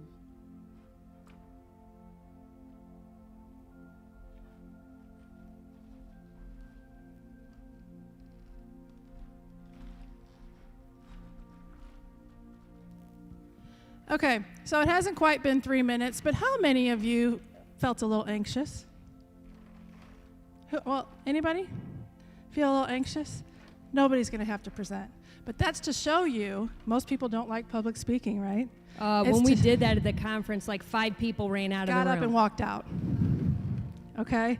So just being put on the spot like that and doing something that causes anxiety, that gives you a little bit of an idea what your students are going through at different times, okay? So remember how you felt in that moment. And those of you with science backgrounds may have been like, yeah, I'm all over this. Woohoo! But for those of us who weren't when we did this, and my initial response is don't even make eye contact. If I don't make eye contact, they won't even call on me, right? But it does I wouldn't have do that. And there are times I'm fine with getting up and speaking in front of people if I'm comfortable with what I'm talking about. Right. But to put me on a spot like that, so then kids in front of their peers sometimes, and not that we shouldn't cold call on kids and ask them and put them sometimes in those situations so they learn to work through that. But just so we understand what might be going on with them physiologically, that they're starting to panic. I felt bad. Like, I was like, okay, let's let him go. Because everyone really started writing. I was like, oh, I'm so sorry. Okay, so social emotional wellness. Responding to those in emotional duress and crisis situations sometimes just requires a listening ear. Like we said at the beginning, we're not the fix-all, cure-all. We're not going to have all the answers. And a lot of times people aren't even looking for that. They're just looking for someone to hear them out. Kids just really want to be heard. But they want to know that what they're telling you, you're listening to, right? Like we talked about, don't be on the computer or texting on your phone. Like, they want to know that you're actually listening, because if they decided to divulge this to you, it's pretty important to them, even for staff members. So, and how we respond in that situation can either heal or steal, right? If our response is, I'm so sorry. You're angry over something that you have a right to be angry over. Or you're sad about this situation because it's sad, and that's okay. Or if we say, why are you letting that bother you so much? Right? Two totally different responses. That one response can help them start to heal. Okay, you're right. I am sad because it was sad. I am mad because that was wrong of someone to do. Or I just told you something very personal to me, and you're telling me I shouldn't feel this way. How do you know? You're not in my shoes, right? So our response can heal or steal. Well, and just a quick tip on that. A lot of times we're scared to broach a subject with someone because we don't know how we're going to respond or what we want to say, right? So if you're unsure of just a quick tip, one of the things you can do is, one, restate what they just said. Okay, not that you're going to restate the whole story, but you're going to say, what I'm hearing you say is... Okay, and say it like that. That lets them know that you're listening. You're actively listening to them. Also, don't ever tell somebody that you can fix it, because you may not be able to. You can always say, you know what, I am here to listen, like Ms. Buhner said, and just make sure your nonverbal communication. You're facing them, you're looking at them. Some kids don't like eye contact, but make sure that you're looking in their direction, even if they're not looking at you. Okay, nodding to let them know. Those are good cues to implement. But just knowing and having the confidence that they came to you, like she said, for a reason, as long as you're letting them know that you're hearing them, that you may not have been what they've been through, so you may not understand what they're feeling, but you're here to listen and to be an active ear. It's a great quote. What we don't need in the midst of struggle is shame for being human, which goes along with responses to people in emotional crisis, right? The last thing you want to do is think, oh, I can go to Mrs. Allen and really tell her how I'm struggling right now. And then her response to be, well, that's silly. Why are you letting that bother you? Or you can't think like that, right? That right there would shut someone down to be like, that's it. I'm never telling anybody again. I'll deal with it on my own, right? So what you don't want is, even us ourselves, when we're, confiding in somebody, is shame for how we feel or what we're thinking. And a lot of times that keeps people from sharing things. So post-trauma or crisis strategies for your students and yourself. So if a student does, especially when, if, how, whatever we return to, if they share something, because, educators are the main ones who call in hotline calls, right? Abuse doesn't stop just because we're on lockdown. It's quite the opposite. My son's a sheriff's deputy, and there's a lot going on. And things that are, last weekend, he had a situation that was so horrific, it was terrible, with an infant. And, so none of that has stopped. So these kids coming back, those situations that they were in prior to us leaving may have gotten worse. And so you may be, they may be sharing a lot with you when they come back. Coworkers may be sharing a lot with you. So what do we do in those situations when we recognize, okay, we've got to get some help here and we need to get some supports in place? So the initial contact, you can check with your building personnel who has contact with the family to find out factual information and appropriate next steps. Your counselors in your building, your administrators in your building, your nurses in your building. Invite the child or staff to share, but be cautious not to embellish or add too many details of the crisis that occurred. And this should be about active listening. Okay, so that's perfect with what's going on right now. If a kid comes to you and it has to do with, being on lockdown and the pandemic and that kind of stuff, be careful not to add your own opinions to their story, right? But just to hear them out. Because again, we've all experienced this pandemic, but we're responding differently because we have different situations. We all, I almost said unfortunately, good Lord. Fortunately, we're on lockdown, but still got paid. Right? We have families out there who just about lost everything, and some of them who did lose everything. Some who still haven't been able to go back to work. We've done work, Cole's Hope has done work with families who are like that, found themselves in a hotel with 4 and 5 kids and are outside of the hotel with a sign that just says, I just want to feed my children. Right? So families whose lives have been turned upside down. Allow the student to talk about the crisis, trauma, or student. I don't know why student is on there. Allow them to talk about the crisis or trauma, right? You don't want, we're not talking for hours, but allow them to get it out. Sometimes just them being able to verbalize it makes it feel a lot better because they just got it out, they were able to say it, they knew you listened, and sometimes that helps. Give the student or yourself permission to feel. Like we said with vicarious trauma, you have feelings too. Validate those feelings and be cognizant that sometimes your feelings cannot be put into words. Sometimes kids can't tell you how they're feeling. After Cole died and someone would say, hey, how are you feeling? You know what my response is? I'm fine. I'm feeling every emotion that the human body can endure right now, but how do you put that into words, right? And so kids struggle with that too. Sometimes they don't even know how they're feeling or how to describe it, because they're feeling 4 different things at once. Kids don't know how to explain. Again, they have a difficult time vocalizing that, so a lot of times it just comes out in their behavior. So immediate interventions are support for the students and staff, and that's going to those key players in your buildings who have connections with other resources. Crafts, yep, it ain't coming out. Yep. Memorialization. Thank you. I can speak, I just don't. Okay, so and tell stories. So that goes along with, like Mrs. Allen said right before the lockdown, with the death of that student, right? My first year of teaching, first semester, one of my students was killed in a car accident. And when the kids came back to school, there's so many things that you don't think about. That student's desk is still in the classroom. What do you do with their stuff in the classroom?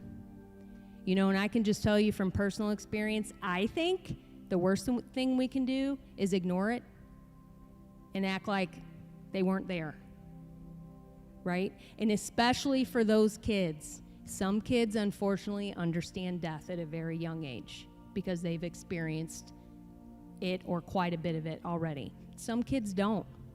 So, sometimes memorializing them, letting the kids write a letter to them. Again, if it's a tragic event that took someone's life, there are so many things left unsaid.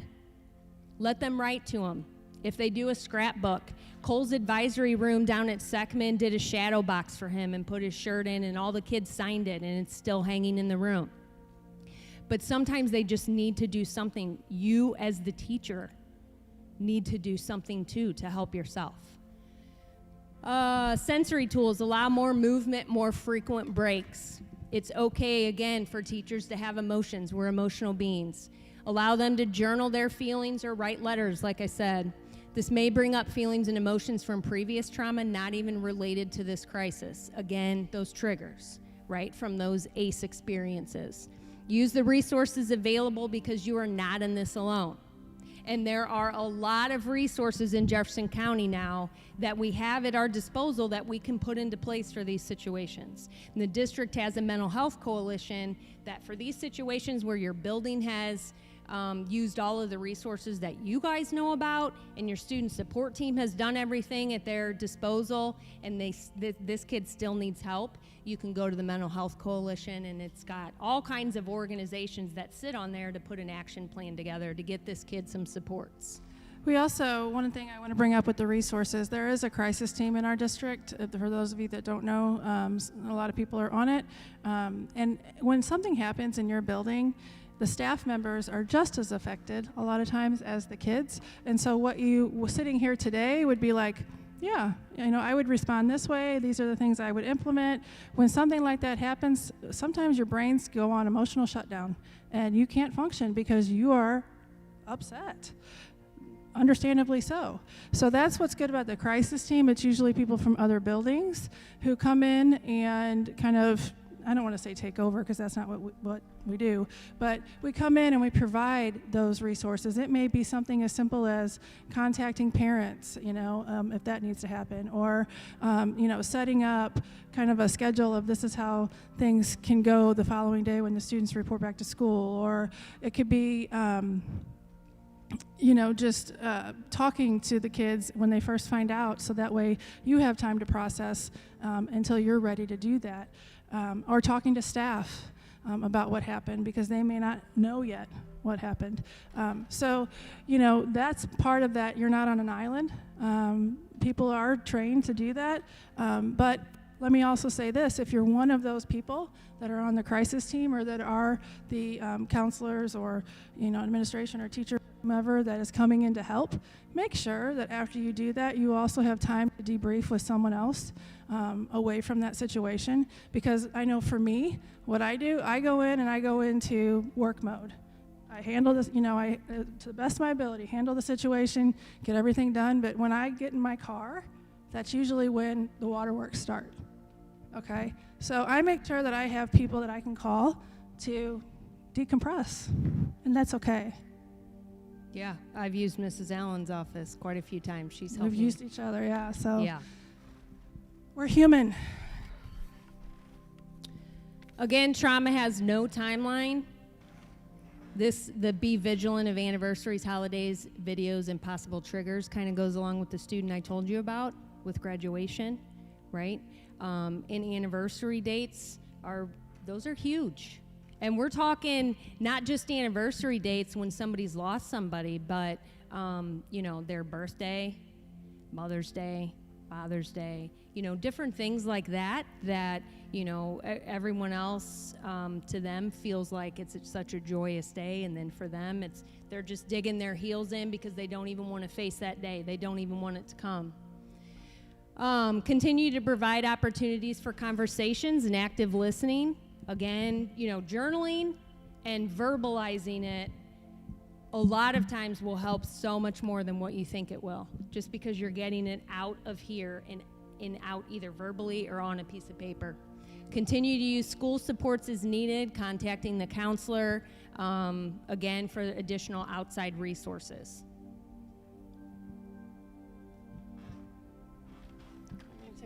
Yep. Okay, so one of the great tools that you can use is knowing how to compartmentalize emotions, okay? Again, we are not robots, we are humans. So we have emotion related to different roles that we play, and we're going to talk about that, I think, in a second. But when what it means to compartmentalize your emotion is the first thing you're going to look at is necessity. Identify ways you can be a resource to that person or that student. You know, what you think might be important at the time is not what they think is important at the time, right? What can I provide and what can I not provide or control? We're going to talk about that control portion again. Recognize what you bring to the table. What is your expertise? So I mentioned compartmentalizing emotion for yourself. We're going to talk about that in a second. This is more for the students, this slide. You don't know what you don't know, okay? It's okay not to know everything. That's, you know, a lot of times there's 3 other counselors in my building, and I work very closely with Ms. Buhner and my secretary, and there's times when maybe we don't have the answer, but you know who to go to, okay? And it's okay to tell a student, you know what, let me check on that and get back to you, because I'm not real sure, or walk with me, let's go down here and find out what we need to get for you. Collaborate with colleagues on strengths and working with students, and schedule yourself in your day. This is huge. Where do you fit on your hierarchy? Okay? As educators or caregivers, I guarantee it's probably not number 1. It's probably closer to the bottom. So scheduling yourself. If you are a planner by nature, check off 8 to 9 a.m. or 8 to 9 p.m. or whatever time you pick during your day to go do something just for you. And I hear all the time, well, I don't have time for that. Well, you need to make time, because I guarantee sometime in that day you can find at least 30 minutes, be great if it was an hour, that you can just focus on taking a hot bath or reading a book or going on a hike or, you know, having lunch with your friend or whatever it might be that you do for self-care. It has to be every day. Watching mindless entertainment on TV, I don't know. You know, you pick, but you have to schedule yourself in there, and don't let yourself cancel on yourself, right? Because that's the first thing that gets checked off that to-do list as, oh, okay, yeah, that I can rearrange that so I can go do this. So that's important.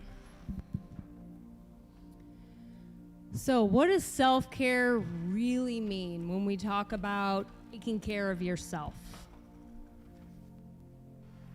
Stressed, spelled backwards, is desserts. Coincidence? I think not. We have chocolate on the table. That's why, yeah. That's why I buy like 2 gallons of ice cream a week, because that's my go-to whenever I'm stressed, is to eat desserts. I don't know if anyone else is like that.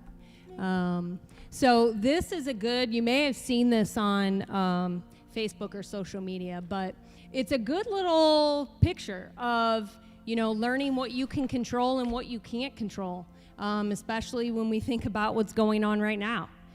So I can control, so I will focus on these things. My positive attitude, how I follow the CDC recommendations, my own social distancing, turning off the news, finding fun things to do at home, limiting my social media. Did you know there's a snooze for 30 days on there? You don't even have to defriend the person. But you can snooze for 30 days, and it's great, because then if you're like, man, it's really just stressing me out, like I can't handle snoozing for 30 days. I did that, and then I pull up, you know, Facebook, and it's like all the things that I want to be able to look at that's just happy and funny, and it's so stress relieving. And you can also control your kindness and your grace, because we're human and we don't all feel the same about what's going on. People have different views, right? And then we're all going to come together at some shape and at some point with school, and we're still going to come with those different views. It's okay. But we are in control of our kindness and our grace towards other people. Things that we're not in control of, the amount of toilet paper at the store, right? And sometimes I go to the store and I'm like, why are people hoarding this now? Like, it turns to like different things. What do you mean I can only buy 1 can of soup, right? But I can't control that. How long this will last, how others react, we cannot control. Other people's motives, predicting what will happen, the actions of others, if others follow rules of social distancing that we think they should be following, we can't control that. We can't control us, right? And we can control our attitude and our kindness towards others. I want to interject something real quick with this. Sometimes it's useful to write down in one column the things I'm stressed about. And then next to it, put can control, can't control. And break them up into categories. And see what's stressing you out the most. If it's things you can't control, you have to let it go. You have to get rid of it. And I know, sometimes that's easier said than done, but can you change what you can't control? No. So if you're going to continue to worry about it, what benefit are you getting from that? None. So focus on the things that you can control. Sometimes you just have to put it in perspective of, like I told my husband, we're, back a month or so ago, we're probably going to run out of toilet paper. So he's like, well, what are we going to do? I don't know, use a rag? I don't know. Go outside, get a leaf. I really don't care. I had to finally get to the point, is this the worst thing that's happening to me right now? Is that I don't have toilet paper? Use a paper towel. We can wash a rag. I don't know. Right? It's not, if that's the worst thing that's going to happen is I run out of toilet paper, I'm doing okay. Because it could be much worse, right? And some of us have experienced much worse. I ran into my husband's truck not too long ago, backing up Cole's truck. I backed up and floored it and didn't even realize his truck was there. His truck is brand new. I did $3,200 worth of damage to the front end of his truck. And when I hit it, I kept hitting the gas. Normally I'm not like that. I can think pretty quick that I was like, wow, I'm still in reverse. And then went forward and I came in and I was like, I may or may not have just ran into your truck. And he's like, you better be freaking joking. Because when I had to come in and tell him, our refrigerator went out that morning. So he was trying to disconnect the water line. So we had all kinds of things going on. And then I go wreck his truck. And I was like, no, I'm not joking. I really did. And I did quite a bit of damage. And I said it just like that. He didn't talk to me for 3 hours. But you know what? I was like, hello, Chad. We've been through worse. Cars can be replaced. We have insurance. That's what it's for. So we get it fixed. Big deal. Right? So and that was just my mindset. And once I said that to him, he was like, you're right. But can you pay attention? He's like, how did you not see my big red truck sitting there? Right? But sometimes we just have to think, okay, the toilet paper, I can't control that. I can't control what everyone's doing out there, but I can control me. And I can control what I'm modeling for my family, right? And how I treat other people. So self-care isn't just one aspect of ourselves. It's physical, it's cognitive, it's emotional, and it's social that we want to think about when we're talking about taking care of ourselves. And it's not just me eating ice cream. That is part of it. But okay, so it's not the load that breaks you down. It's the way that you carry it. I love that just because I think of some situations that we go through. Do we let it define us or do we let it strengthen us? Right? And I think of that even globally, even us as a nation. Look how we responded after 9/11. Do you remember that feeling where it was just, man, everyone was just together and it was, it wasn't what happened. It was how we carried it after that. So sometimes we just have to think about, okay, is this, like we talked about making a list. Okay, is this load something that I really need to be letting affect me so much? Or do I just need to carry this a little bit differently and let go of some of those things that I can't control? Just suck it up and get the one-ply toilet paper, right? I had to get that, and Chad's still not. That's the only thing I could find. I was like, I don't know what you double it up. I don't know. It's one-ply. It's so thin. It's like freaking tissue paper. I don't even know why they make that. Who uses that? Gosh, but I was like, suck it pandemic, up. Worse. I blew my nose and everything went right through it.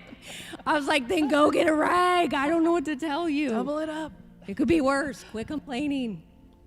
So, again, we are social beings and we thrive on human interaction. We are not meant to be isolated. Solitary confinement is used as torture in the military and prisons. Right? What happens to those people when they put them in solitary confinement in prison? They lose it. Right? We are not meant to be isolated. We are social creatures, so we are meant to socialize. So we have to find, even in those situations where we're all staying at home, we've got to find ways to connect and connect with our kids. Because if not, all of those physiological and psychological effects start kicking in. Depression, anxiety, stress, hopelessness. Hope is my favorite four-letter word. Can't lose hope. And to remember that we're not alone in this. So even connecting, whether it's virtually or on the phone, sometimes it's just picking up the phone and hearing someone's voice instead of texting. Call that person and tell them you miss them, because that's huge, and let them hear your voice. The first time we did Zoom, I'd never done Zoom before this, and we did a Zoom meeting with, I think the first one was either my department or department heads, and I was like, oh my gosh, it's so good to see you guys. Look at all these little pictures. I miss all of you, and just, hearing their voices, right, was great. And then you do Zoom so many times, and you're like, can you please mute everyone? Like, why? I can hear your dog in the background, but it's still good to be able to connect. We're not meant to stay alone. Okay, so when you're looking at your life and who you are, we all play different roles in our life, okay? So you have your pie and you have your pieces of the pie. So kind of, think about yourself and what roles you play in your life, whether, for me it's daughter, wife, mother, coworker. I used to be an athlete, not so much anymore, but I like to hike, you know what I mean? Let's see, what else am I? Therapist, yes, I am that. I'm a counselor, friend, so I have these different roles that I play. What you have to figure out is how much time or, what portion of your life that those roles fill up, right? And so when you look at that's why this is color-coded up here, and you can do this at home if you want to or whatever, but just kind of see which roles take up the majority of your time. And then I also encourage you, which I think we're getting to that slide too, it might be the next one. Oh, no, that wasn't it. But what I wanted to say was, look at what roles take up the most of your time, and then look at what roles, do another pie, and look at what roles are the most important to you. Okay? And not just time, I should say, but thoughts, energy, commitment, okay? And so that's when we know, what? We need balance in our life, and the things that are the most important to us need to be taking up the bigger portions of that time and that pie, right? So my self-care circle, we all have different things that we're interested in. So what works for me for self-care may not work for you. And so that's why you just go through kind of a laundry list of things that have worked for other people, and we gave you on that green sheet, I believe there's self-care strategies on there. You can try some. Maybe you try something that you've never tried before, and then you kind of decide, what, this is where my balance lies here. If I do 30 minutes of, yoga and meditation, and maybe at night when I'm watching my favorite TV show, I put my weighted blanket on, that's great, okay? So see which areas you need to find for that balance of self-care. A great, it was a few slides ago that I forgot to mention, another great strategy to help kids or adults whenever you're struggling with lots of emotions or an emotional crisis or after a trauma is helping other people. Because that helps give you a sense of a feeling of a sense of purpose, but it also allows you to take all of those emotions and that energy, that negative energy, and channel it to something really good. And especially, when we talk about character, it's helping other people and not expecting anything in return. But when you can take that energy and help someone else, think about these nursing homes, right? And some of these people in these nursing homes who haven't seen their family or loved ones for 5 months. And if they have, maybe it's been through a window, but maybe they haven't. And maybe your kids, write a letter just to tell them how much they care about them, and you're not forgotten about. little things like that, little activities like that, where you can help someone else, even if it's going out in the fall and raking someone's leaves or whatever. It doesn't matter what it is. But if you can do something for someone else, it's so intrinsically rewarding. It makes such a difference for you because you're able to take that energy, because a lot of that, negative energy, the anger, the sadness, all of that builds up. And when you can channel that into something to where you're helping other people, you also give yourself a feeling of a sense of purpose, which is huge. Because when you feel like you have no purpose, I lost that after Cole died, right? I was like, what is my purpose now? My purpose in life was a mom of 2 boys. And so what is the point of my life? Yes, I realize I have Blake and I love him with all my heart. And that's one of those things where I don't need anyone to remind me I have Blake. I didn't forget, right? But how do you do that? How do you balance those 2 worlds when half of me wants to be in heaven and half of me wants to be here? So I needed to find a new sense of purpose, and thankfully my family found that in our nonprofit that we have, and that's what we focus on, is helping other kids in hardship situations. And it allows us to take all of that and channel it into something good. And kids thrive on that because it builds their confidence and their sense of purpose, and they feel like they have a meaning, they are needed. So it's huge. So regulation, when we talk about mindfulness and just, that first one where we said, hey, let's do a check-in. Let's be mindful of how we're feeling right now. Are you the cactus? Are you the sunshine? Where are you at? That's being mindful of what's going on with your body right now. What's taking up the most space in your brain right now? What's stressing you out? Breathing, again, is really important, like we said. Being in the moment. And this is really you. I'm kind of sorry. Can I jump in? Yes. Okay. So I'm going to jump in for a minute. So one of the tricks you can use, or tools you can use, is when you're being mindful, when you're in the moment, when you're using your senses, you can, for yourself or someone you're working with, say, okay, where can you remember that you were the happiest? Where can you remember that you went and you felt like and think about that place. For me, and it sounds cliche, but it's the honest to goodness truth, it is the beach, okay? You can see I have starfish here and here. I mean, I love the beach. So when I was there last week, I thought about that, and I thought, okay, what can I see?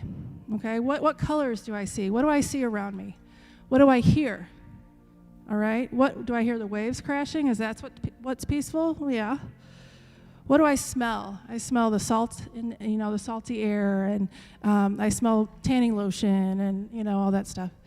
What do I feel? I feel the sand on my feet. I feel the sun on my skin. Okay, and what do I taste? I taste. Sometimes it's salty, right? Because that's salt in the air. Maybe salt water because I went swimming.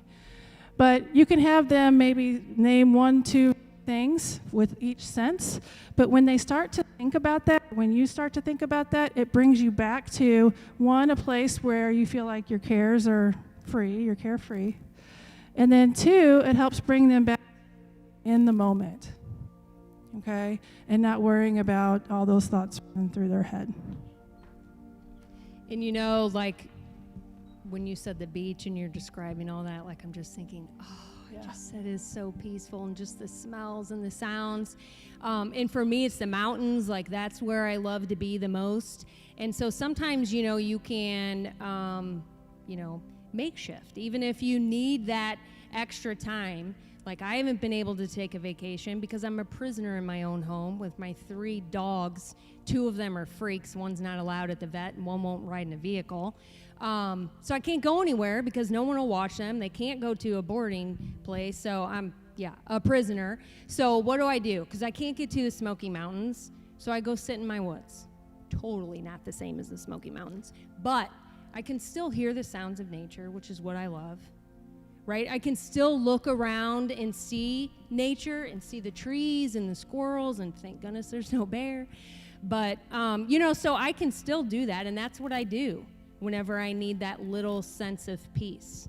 So, like Kelly, I don't know, makes me want to like go get a little baby. I don't have a pool either, but get a little baby pool, put some sand, sit in there. I don't know, turn on, those sound machines with the ocean waves or the rain. The rain is smoothing too. So not only focusing on your senses, but your pulse rate. That's where breathing will come in. Did you know that if you listen to music that is 60 beats per minute or less, it will help slow your heart rate? They say, your heart rate will mimic that. Yeah. So if you're feeling stressed out, you're in the car or something, turn on a slow song. It doesn't have to be a depressing song. There's plenty of slow songs that aren't depressing. But, turn on a slower song to help lower that anxious feeling. Great tool for your classroom. You can go on YouTube and Google relaxation music for stress relief, which is what I have on there. I know we can't hear it right now, but that's great to play just in the background. Just quietly all the time in your classroom or in your home or, like she said, in your car. Fidgets are another one that's up there, which we talked about. So some more self-care strategies, and these are what you have listed on that green sheet. So she talked about, scheduling yourself in the day. Is your source of stress something you can control? If not, let it go. I love that one. The next one. Go ahead. Sentences that start with what if, should have, or could have, do they ever end positively? Never. Take it out of your vocabulary. No more what if, should haves, or could haves, because that is just self-defeating. Okay? Collaborate with coworkers. A lot of my coworkers are my very, very closest friends. And I wouldn't change that for the world because they understand what I'm going through. Ms. Buhner and I talk and all the time, and that helps me. Again, the other counselors I work with, teachers, there's so many, it's countless, but collaborate with your coworkers. Find those people that are in your circle. We spend, 40 hours a week at work typically, unless there's a pandemic. But find those people that you can relate to and talk to, and then also your outside social groups. Take brain breaks. If you don't have time to implement any of these self-strategies we're talking about, but you have 20 minutes or even 15 minutes to go somewhere, turn out the lights, either sit somewhere comfortable in a chair, or I have a couch in my office. You're welcome. If you're in my building, come lay on my couch. I'll leave.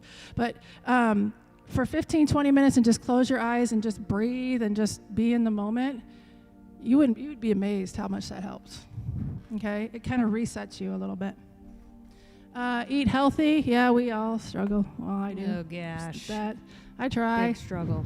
Nobody's perfect. No. Exercise. Again, nobody's perfect. I try that too. And then calming apps like Ms. Buhner was talking about. You can get white noise apps. You can get ones that even help you to breathe. That like sets the time for you. There's a light or whatever. I think it's on the iPhone or something. I don't know. There are a lot of apps out there. Yeah. It'll regulate that for you. And there's one actually called the Calming app. It's pretty cool. Like, you should check them out on your phone. It's not silly. No one else needs to know. Or to tell your kids about it. I wish more kids would do that because it's a great tool. This goes along with your statement. With the positive self-talk. Just reminding yourself, it's okay to talk to yourself. I mean, that doesn't mean anything's wrong with you. You should talk to yourself. And it should be positive, So just reminding you, this is what I need to do. I can relax. I can take some deep breaths. I don't have to be carried away with my thoughts, right? So just use these as some statements. Get used to saying them so it comes natural, because when you're in the moment and you're anxious, you're not going to be thinking about, anxiety is normal. I can control my thoughts and da-da-da. You have to make it a habit. Okay, more things that you can do. Seek counseling if needed. I know I'm biased, but in my opinion, everybody could use a counselor, because where else can you go and sit in a room and talk about anything you want to talk about and know that it stays in that room? Nowhere. So please, if you are struggling with something, seek counseling. Your insurance most of the time will cover it. If it doesn't, there's a lot of other ways to help out with that, but do that for yourself. Set goals and celebrate your successes. I talk a lot about writing down on paper, and the reason for that is twofold. One, if you write something down on paper and you mark through it after you complete it, or you check it off when it's done, Isn't that satisfying, right? And that's where we celebrate our successes, give ourselves that old girl, attaboy, woohoo, I did it, got that done. And I always tend, just a little trick, I tend to do the thing I don't want to do the least first. Does that make sense? You don't want to do the most first. I don't want to do the most first, yes, thank you. Yeah, the thing I don't want to do, I do it first so I can get it over with, okay? So. And when you do that, you realize it's not usually as bad as what all the buildup was about. Right. Time with family and friends, which I know is hard right now, but use virtual if you need to. Positive self-talk, we talked about that with journals. Be creative in hobbies. Find a new hobby, do some things around your house, things like that. Sleep, diet, and exercise. Sleep is crucial, and I know when you're anxious or depressed, sleep is usually the first thing to go. But there, learn some relaxation exercises, muscle relaxation. If you like yoga, do yoga. That will help you sleep. But sleep is important. We have to recharge our brains. Challenge yourself. Find out, remember what revs your engine, like what gets you hyped. You know what I mean? What do you get excited about doing? And do it.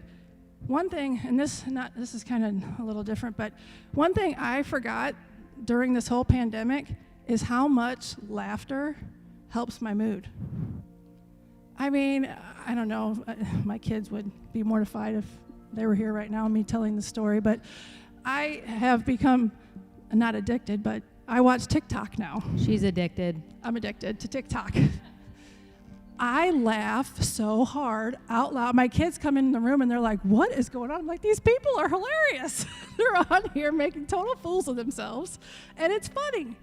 And so I wake up, I usually do it at night. I don't know why, but when I'm sitting there, I guess the day is done or whatever. And I'm watching TikTok, and I laugh for a good hour probably. And then I feel so much better. That night, the next day, I'm like, all right, laughter, humor, great resource. And then control versus can't control. If you're not getting any benefit of it, if you can't control it, you're gonna have to make the choice to let it go. So just some ideas when we get back into our classroom or our buildings, even at home. Some ideas that you can do in the room is, again, playing music softly. Chocolate, I'm the one who put that on there, but Kelly loves it too. We'll go into each other's office sometimes and we're like, do you have any dark play? I just need a little piece. Sometimes when you get that, I'm like, okay, that's all I needed. A little Hershey kiss. Yep. Checking in with, other staff members and your neighbor, the classroom next door, even literally your neighbors right now, right? Just checking in with people. Natural lighting if possible. Neither one of us will always have all of our lights on in our office just because those lights give me a headache anyway. But we like to use lamps, and if we have windows, just use natural light. It's much more soothing. Develop social committees at school. Again, we can be creative, right? How many things have we seen on TV and in social media and even within our own buildings? Happy hours on Zoom, right? So just to be creative, but to still have that social interaction. No stress night activities. There are still things that we can do and still follow, just like we're doing right here, social distancing. Painting parties, a float trip, any kind of training, whether you want to go out and go run, dog play dates, anything like that. These are just some pictures of our regulation room at Fox High School. So some people have these in their classrooms in a corner, and it's not, this one we wanted to make sure when we set it up that it was very purposeful. So this is not a long-term space that a kid is going to use. This is a 5 or 10 minute ordeal. They work through activities in there, and then they're done. As long as they're back up to the Cortex and they've worked their way through that panic attack or whatever might have happened, And then if not, we monitor that. We monitor how often the kid comes in, and then we know if we need to do additional steps because this room isn't working. So this is our reset room. You can see we have the rocker in there because remember, going back to the brainstem, those things that you do with a baby. Those pillows, those white ones are like super, super soft. So the kids love, yes, being able to do that. There's, so they can even sit on the floor. These are all on the wall so that they can be self-aware. So they kind of check in with where they're at and then what they need right now at that moment, what's going to be helpful. And then all of those things are in that room. So we have fidgets, there's painting, there's coloring books. We have the little diffuser in there, so we have lavender in there. There's calming music that plays in there while they're inside. So there's self-awareness sheets, and there's all kinds of things. So they work through that, and then, you know, once they get to the point where they are regulated and they're ready to go back to class, and, you know, we were really surprised at how effective it's been and how many kids have gone in there and been like, okay, I feel better now. I can go back to class. You know, and then those kids who are like, okay, it's been 20 minutes. This is not getting any better. We know we need to do something else. Good quote. You're not going to master the rest of your life in just one day. So just relax. You master the day, and then you just keep doing that every day. Right? We're planners, and we like to think and plan ahead and know what's coming and have it all laid out. We're not going to master all that. Look what happened this year with the pandemic, right? In certain situations that come up that, you know, throws a wrench into our plans or whatever, we're not going to master the rest of our life right now. Let's focus on the day. Let's master the day, and then we do that every day. No one expects you to handle everything, so quit expecting that of yourself. And a lot of us do that. No one out there is expecting you to be able to handle everything that's going on right now and everything that you've been through and are going through. So don't expect yourself to handle it. And we can't expect that of kids either, right? We don't expect them to be able to handle that. We certainly don't expect a 5-year-old to be able to handle what's going on right now. And they need to know it's okay. You can't, you know, and I won't even, I was going to say something, but it's more religious, like what people used to tell me about, you know, not getting anything you can't handle. Well, yeah, I do. And you have to turn to faith or someone to be able to get through it. So we're not in this alone. And when we recognize that, you know, we do need some supports, we've got to be able to say that. And our coworkers need to know that I'm somebody you can come and say that to. I'm not going to judge you. There's no, you know, I'm not going to tell you what I think you should do. We've got to be careful on giving advice when it's not being sought. And like she said, you know, we don't know what we don't know. We're not going to know everything. But the most important thing is that you can come and confide in us, and we're going to listen. And then we're going to find out what you need right now. What can we do to help you through this right now? And then we're going to get it, and we're going to put it into place.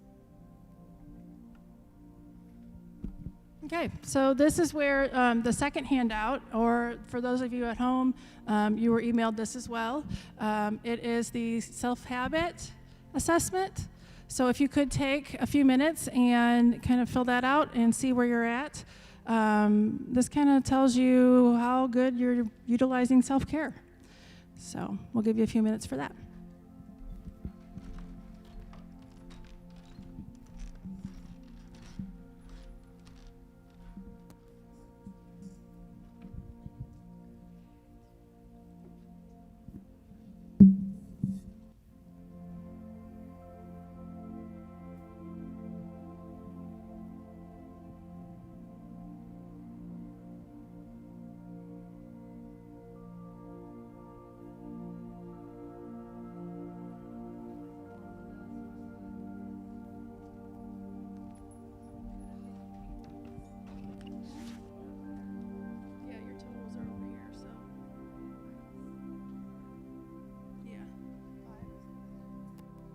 Five is the best.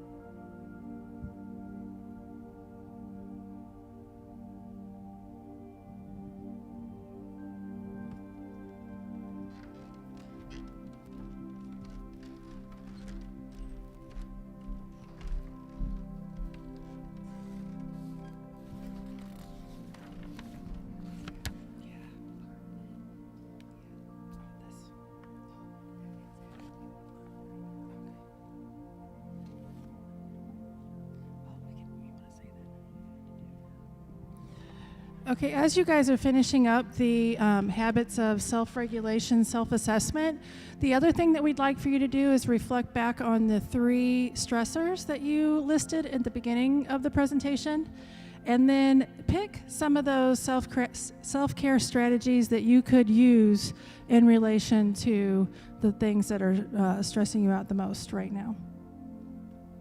And one of them could be let it go. If you realize that that is out of your control, right? Maybe a pretty simple strategy. What those 3 things, see if you can find at least one strategy that you could use to help you cope with that stressor.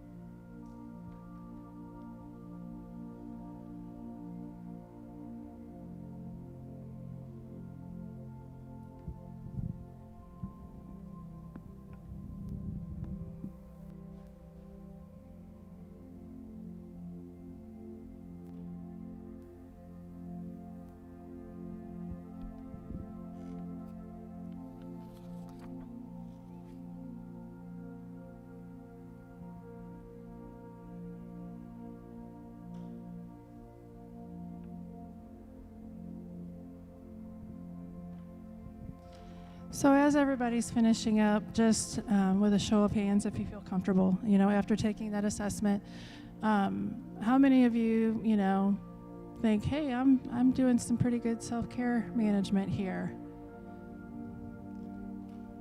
Okay. And some of it may be, some areas are really good, Yeah. and some maybe.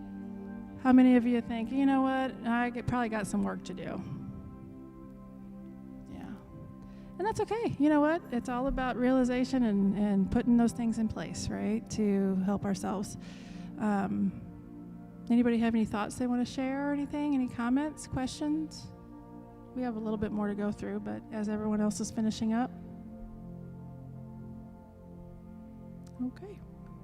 So those your 3 stressors that you have and the strategy that you have for each one, you could, save that and tuck it inside your little journal. And when you find yourself being preoccupied with one of those stressors, of what you said that you were going to do to try and help work through that, or to remind yourself, nope, I said I was going to let it go. It's not something I can control, so I can't let it consume me. Because sometimes we forget, and sometimes you just need a reminder, and putting it on the refrigerator or wherever so that you can see it on your mirror or whatever, so that it's a good reminder for you. I think most everyone's. So, what happens when we try to handle chronic stress without any proper supports in place, right? Without any of these strategies, any help, or anyone else to help us work through this. Day 12, without chocolate, I lost hearing, left eye. Yeah, that's what happens, right? We lose it. Yeah. I thought that was hilarious because I was like, oh my gosh, yeah, I probably would do that if I didn't have chocolate for 12 days or whatever. All of a sudden I can't hear out of my eyeball, right? So we can't handle it without strategies or supports in place, whether it's something that we're implementing ourselves or it's someone else that we're going to get the help from. But we've got to have supports and help. This quote, next time you're stressed, take a step back, inhale, and laugh, just like Miss Allen said. Laughter is good for the soul. Remember who you are and why you're here, because you do have a purpose. You're never given anything in this world that you can't handle. I'm going to come back to that. Be strong, be flexible, love yourself, and love others. And always remember, just keep moving forward. You're not going to master your life in one day. Master the day and do it again every day. So my epiphany up there, you do not have to handle it alone, and no one expects you to. When it says you're never given anything in this world that you can't handle, in a sense, right? You can handle it with supports. So you can't handle it alone, but you can handle it with supports. Because when I first saw this quote and I was like, you're never given anything you can't handle, are you kidding me? I buried a child. But I'm still here, right? So I'm walking through that, but I didn't do it alone. I did it with supports. So when you're given something that is too much for you to carry and it's too big for our students to carry alone, we've got to have those supports and that help in place. Whatever happened to you today, you did your best. You made it through the day. Take a deep breath, relax your shoulders, and let go. Right? And sometimes we need to remind ourselves to do that at the end of the day. Even when we have those really rough days, and we may have some rough days ahead as far as figuring out how this is going to look or how it's going to work, right? But we just have to remind ourselves that at the end of the day, we did our best. We did our best to master today. I'm going to breathe. I'm going to relax my shoulders. I'm going to let go of today. Can I add something to that? Yep. real quick? Yeah. So when we were talking about compartmentalizing emotions, I just want to touch on that real quick for your benefit, not in working with your students, but for yourself. Sometimes it's really hard to leave work at work, right? Sometimes it's hard to do what we do and then go home to our families and put on that, happy face and be everything to everybody. Compartmentalizing your emotions means knowing that I did the best I could do, knowing that in that situation, I did not set out to make a mistake, but you know what, if I make one, I own it, I move forward. Knowing that I am trying to be the best for what's going on in that moment, right? And so being able to take that and compartmentalize it within yourself. A lot of people ask, how can you be a therapist and a counselor and see all this stuff all the time?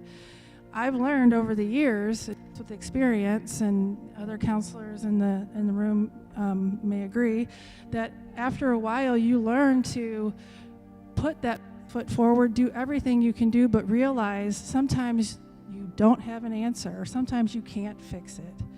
And what's maybe good for you is not good for someone else. And so you give your very best, but at the end of the day, when I walk out that door, I have to go home, and my kids don't know what I went through that day. My husband doesn't know what I went through that day.